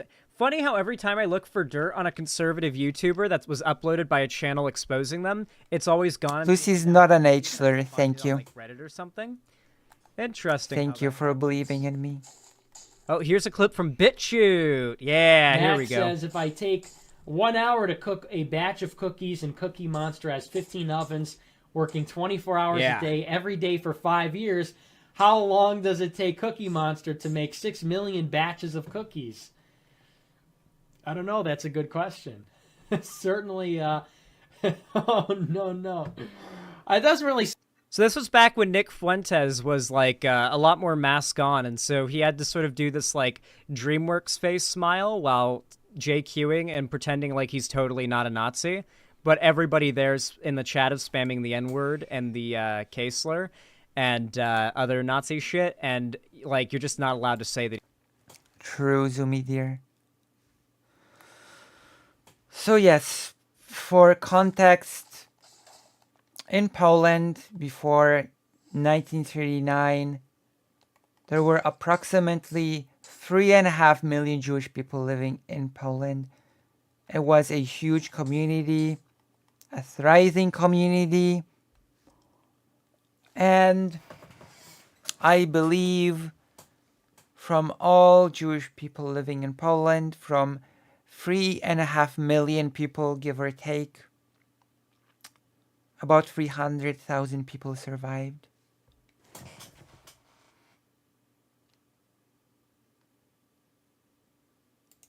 That he's a Nazi. It's basically like a more extreme version of the situation. And I was mask on. Drinker and the like your general like chud YouTubers who are very clearly far right, but if you call them that, then their fans will like jump down your throat. Sound correct to me. Wait a second. It takes 1 hour to cook a batch of cookies, and you have 15 ovens. Now he's probably way more in open. 4 different kitchens, right? Doing 24 hours a day, every day for 5 years. How long would it take you to make 6 million? I don't know. It certainly wouldn't be 5 years, right? The math doesn't seem to add up there. By the way, there is extensive, like, the Holocaust is the most documented event in all of human history. The Nazis tried desperately to destroy the evidence of what they had done. And then they disposed of bodies, and they also tried to... Not all of the Jewish people died in the camps, by the way. A lot of people died in the ghetto. Dispose of... So, for example, the Nazi apologists try to claim that the chambers in which there would have been mass killings of Jewish people and other, like, there were other demographics that were also being killed, that the doors to lock them in were wooden and thus too light to possibly keep people in there against their will. Like, people could break it down. And the reason for that, which is something obviously the Nazis won't tell you, neo-Nazis won't tell you, but if you research it, you'll find out, is there were pits dug within and around the concentration camps, the internment camps, where they had giant melted steel bulk doors that they burned and melted down and buried. They tried to destroy the evidence of the doors and remounted wooden doors onto them to make them look like habitation huts rather than like airtight sealed chambers for gassing people. So there was that. There was also the fact that the Nazis did not like keep accurate records of the people that they were keeping and killing. They were trying to hide a lot of the atrocities they were committing. They also destroyed a lot of evidence as the Allies were rolling into Eastern Germany and into Southern Germany as well, I believe. I forget exactly like how the pincer worked, but yeah. Anyway, yeah, just like the amount of evidence that suggests that there were actually many, many more deaths than 6 million Jewish people alone is extremely strong. Do not let neo-Nazis even crack your confidence in this fact, okay? The Holocaust is the most documented. I mean, I don't need to. I live in the place where it happened. Literally. Event of all human history, okay? It is... There's just World War II and the Holocaust. Thank you, Cheese Wizard. Like, it happened. There are survivors who witnessed it. It's just, yeah. The math doesn't quite seem to add up there. I don't think. Yeah, only 6 million Jews, by the way, and that's... I uploaded a segment of an Auschwitz-Birkenau survivor giving a speech, if you're interested. It's called Do Not Be Indifferent. It's the lowball estimate of how many Jews alone were killed. They killed tons of other like European minority groups. Obviously, black people were a target. They targeted Romani people. They targeted gay people. They targeted Jehovah's Witnesses. I know they targeted who else? They targeted a lot of different groups. Communists, Poles, trans folk, of course, anyone LGBT. Yeah, they were disabled people. Yeah, like a lot. Keep it in. And of course, if you subscribe, then you can use the emotes. A lot of people were seen as degenerate and exterminated, but Jewish people were this, like, the core of the Nazi ideology was anti-Semitism. The idea was that all of these things were being enabled and pushed and allowed to destroy their civilization by the Jewish people that were like the great mastermind of everything. So that's why Jewish people were the main focus of, like, historical discussion of this. I think you'd result in 6 million, maybe 200 to 300,000 cookies. And I think the Red Cookie Association said something like that, probably 200 to 300,000 cookies baked, probably. Thank you. Addition, you know, in this hypothetical, I imagine that if you took aerial photographs over the kitchens, you would need to see certain smokestacks to release the smoke from baking the cookies. By the way that they actually dealt with the bodies was not via, like, one body at a time in incinerators, because that is literally mathematically impossible. The actual way that they did it was by digging ginormous ditches and burning the bodies in mass pits. These pits were known to burn so hot they could melt steel. There are literal steel train tracks that were nearby these pits because they dug them along the side of the train tracks, and just being adjacent to those extremely hot, like burning hot fires, melted and warped the train track. And they burned bodies en masse that way. They did not do it via, like, incinerators. Like what Nazis try to tell you, because they want you to believe that, oh, yeah, I guess it would be infeasible to, you know, one by one incinerate 6 million plus people in incinerators like that. They want to obfuscate what actually happened. There are actually the crematoriums as well, yeah. Reality of what happened, when in reality there were no, like, I'm sure there were some, like, things like that, but in reality, the vast majority of bodies would have been dealt with like that. Mass graves. And the smokestacks would project certain shadows, but I guess they're not visible in the aerial photographs taken over the kitchens. Moreover, if you look at the soil texture, it's really not deep enough for mass cookie storage underground. This is another conspiracy theory they try to claim, that the soil could not have been dug deep enough to dig trenches to burn the bodies. They just make shit up. They're Nazis. What do you expect? And so there's a lot of things. You know, in the cookie kitchen, they say that the ovens are wooden and they have windows on them and they're not totally secure. Yep, there it is. The claim that they replaced that the doors were made of wood. It's because the here, I can actually bring up research on this if you guys actually want to, like, this is upsetting. Unironic, like, takedown of this. Denier claim. The fact that you need a takedown of this is pretty upsetting, to be honest. Door, quote unquote, versus Auschwitz cloth disinfection machines doors. Who is more stupid, Nazis or Goyim buying this bullshit? # Holohoax. That is the tweet.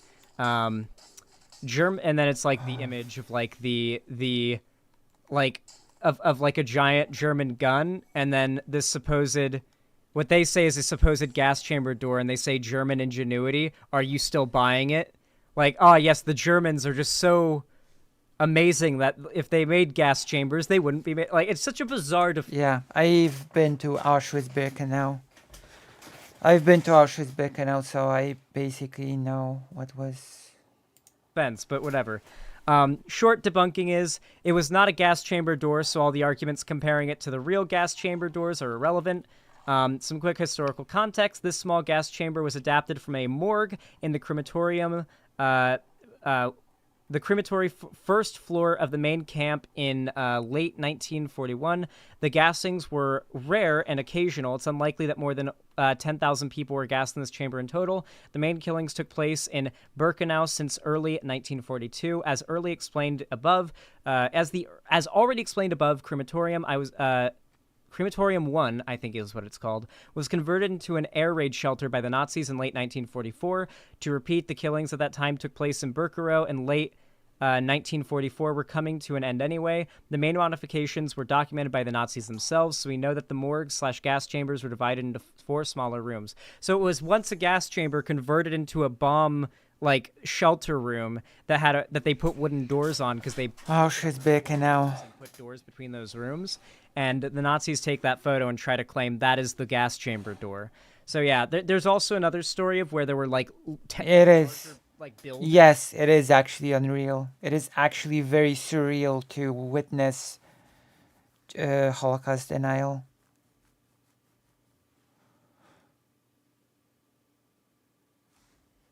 That were like buildings out in an open area that were like bulkhead doors initially, but then the Nazis replaced them with wooden doors to make them look like they were just sort of like habitation when the camps were occupied and liberated.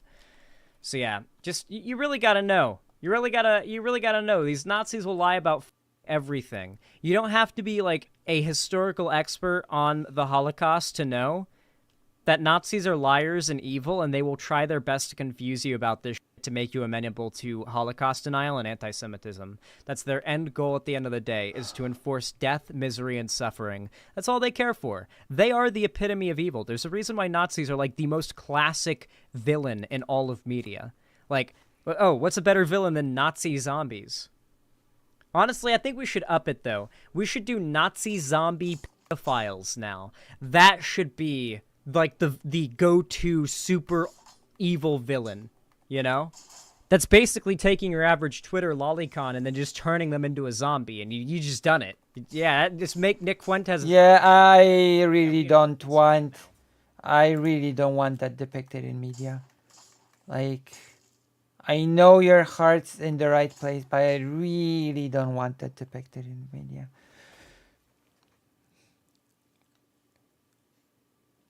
Yeah.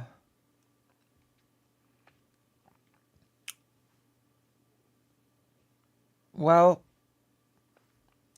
it's actually much easier for me to sort of rebuke the BS since I actually live here, you know? I actually live in Warsaw, where the ghetto was, and there's a lot of, how do I say, well, I do encourage you to watch the City of Bones thing when it's ready, you know? I think it will be a very informative segment, you know?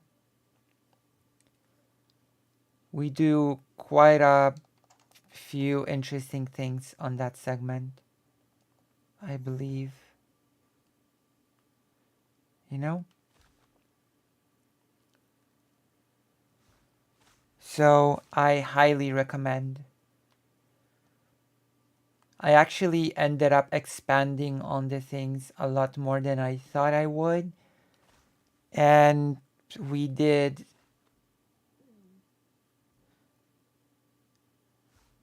right.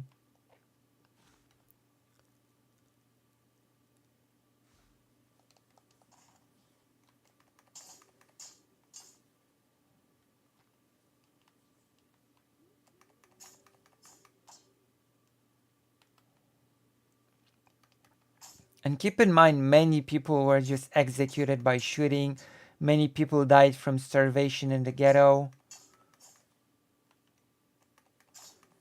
There's an estimate that says that in the Warsaw ghetto, 400,000 people, give or take, died from starvation.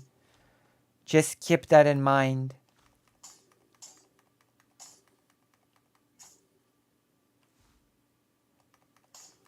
Keep in mind that when the 6 million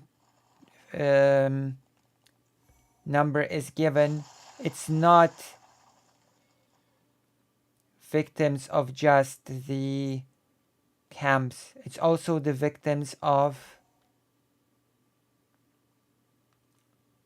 in the ghetto, in the executions, etc. You know? So, and I will be visiting a death camp soon, and I'll probably be uploading the video from it as well, because things are still happening.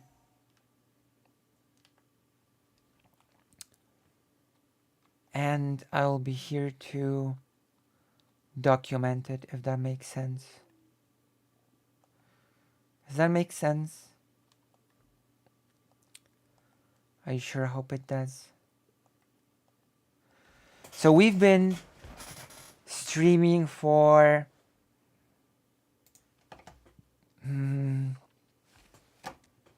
somebody attacking me. I think so.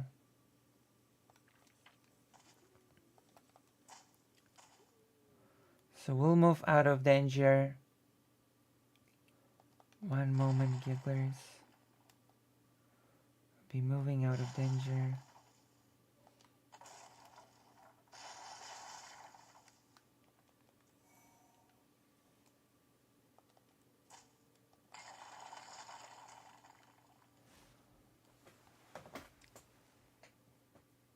Yes, your point is well laid out. Minor side tangent. Will you consider doing YouTube membership like other lefty content creators such as Demon or Xanderhal? Yes. But to do that, I apparently have to, like, I'm a very small content creator. I am still under 1,000 subscribers. So to do that, I would need to hit, apparently you need less now, but I still don't know. I think I still need 1,000 subscribers, and I'm still under that. Yes, so please, if you haven't subscribed, subscribe to the YouTube. Consider subscribing to the page as well to unlock the emotes. I'm going to show you some of the amazing emotes that you can get if you subscribe on the page. Cringing Zelensky. Okay, that's an emote. Raging fake Alec Kyle Parker. Angry Duck. By the way, I drew them. I draw the emotes. And I accept emote commissions as well. Evil Duck. My god, that one looks pretty evil. The Kek Duck. The Kek D.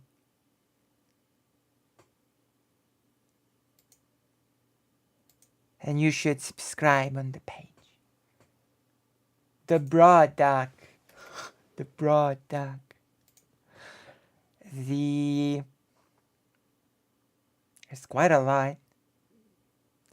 The Salute Duck. And so, yeah, the Shark Duck as well. There's a lot. There's a lot of ducks.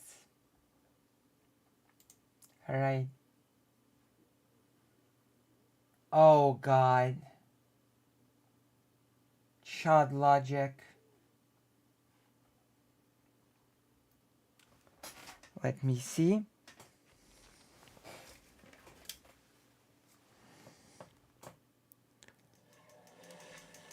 Oh my gosh. Enter the mist.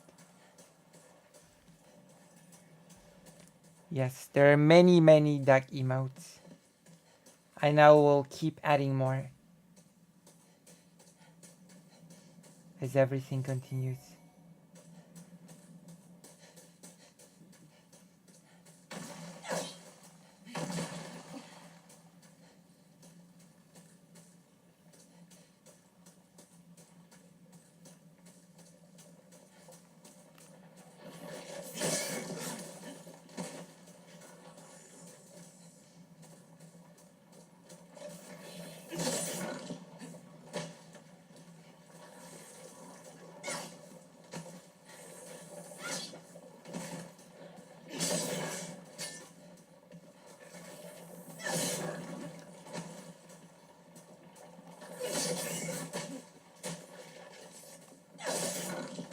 I'm just gonna say my damage is really low.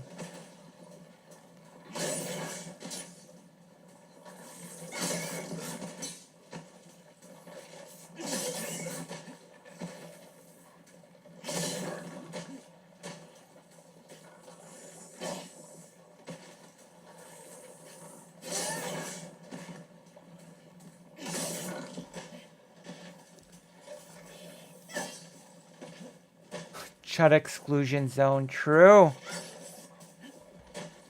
But yes, I'm still working on becoming 1K subscribers.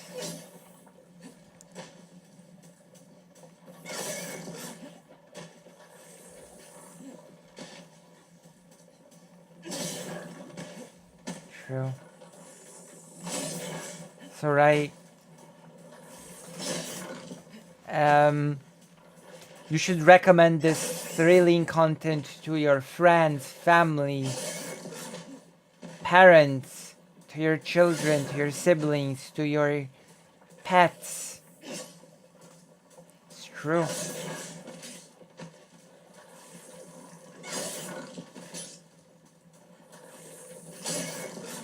Is this gonna take 10 years?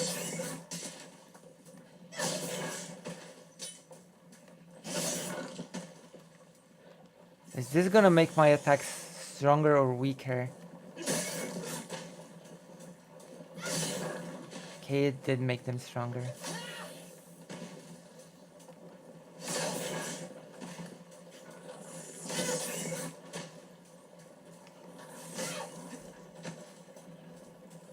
Oh, your cat subscribed, thank you.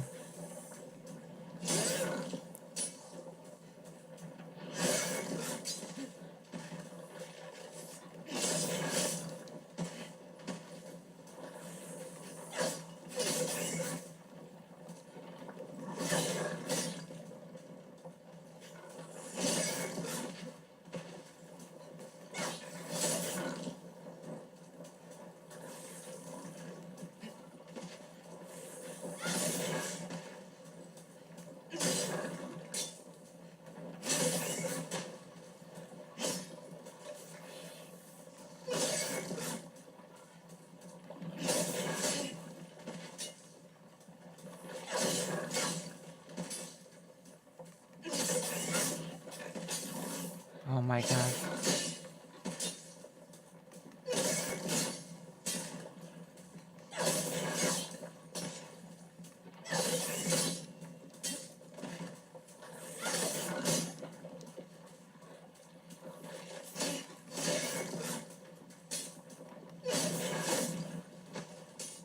I guess the enemy has bleed now.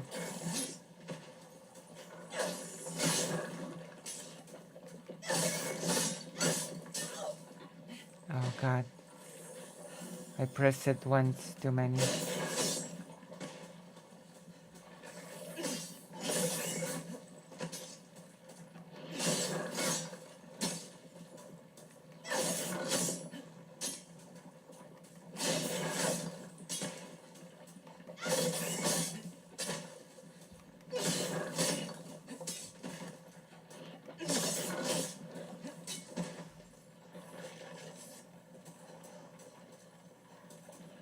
true. It's true, Moose Watcher. This is the chat where you can also directly support me.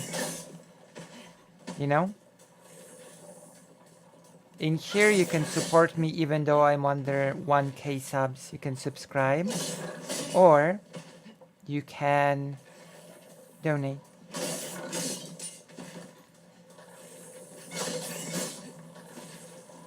It's a nice thing that allows me to not be the H-slur. Boom.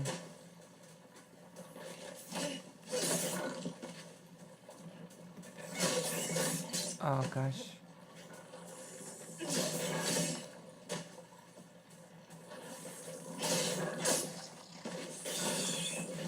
It's done.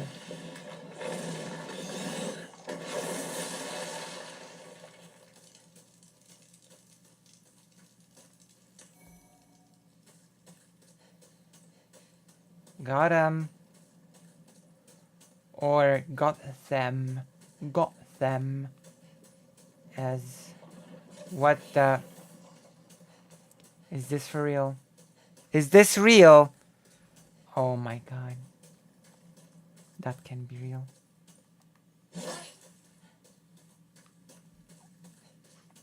This cannot be real. I need to invest more in dexterity or strength or something.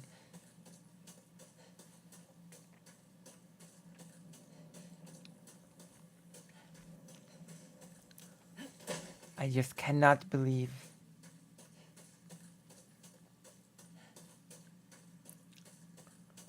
that this is how it is.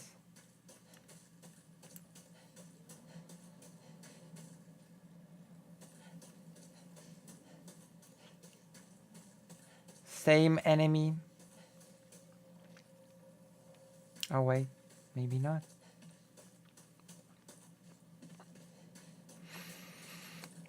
Maybe I don't need to face this same enemy again.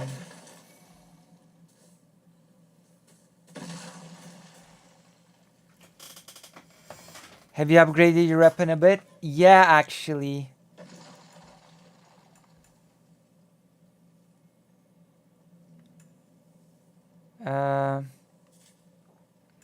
My weapon is like upgraded 6 times. 6 times.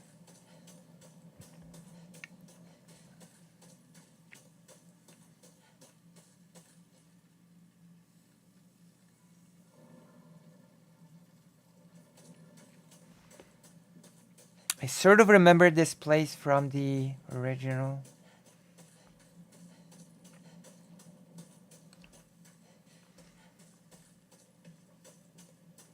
Okay, there we go.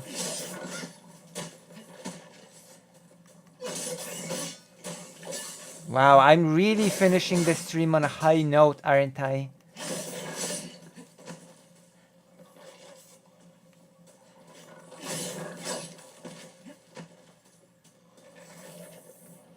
Way to finish off the stream.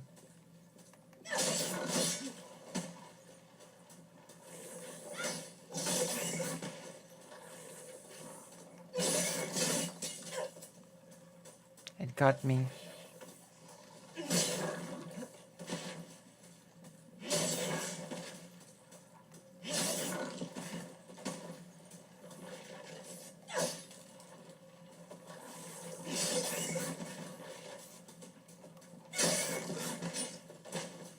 Too bad you cannot just upgrade your armor.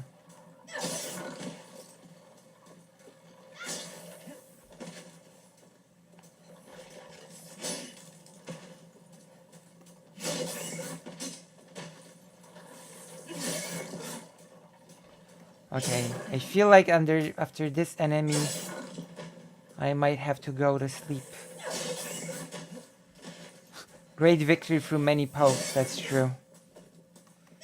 That's definitely true, Cheese Wizard.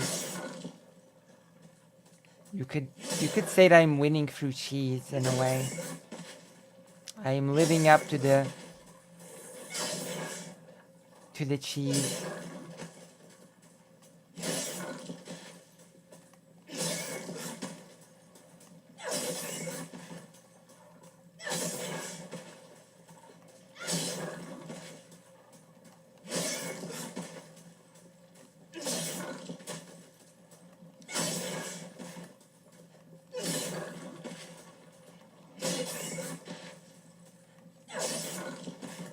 And yes, the bleed is working.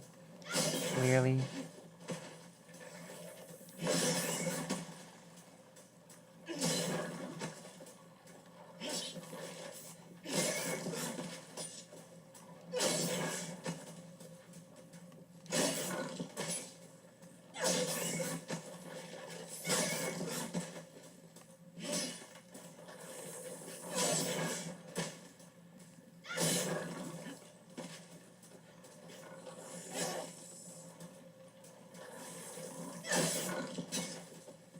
The bleed is over.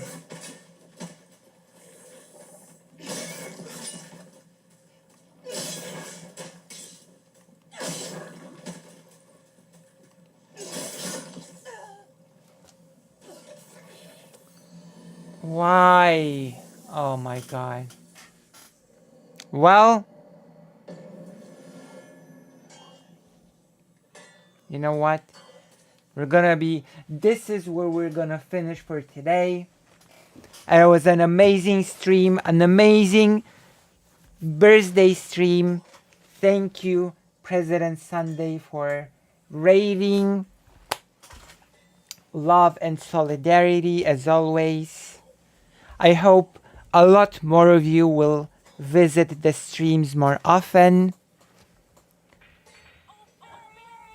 Oh my goodness. Thank you, Vex the cat, for the $5. Thank you, thank you.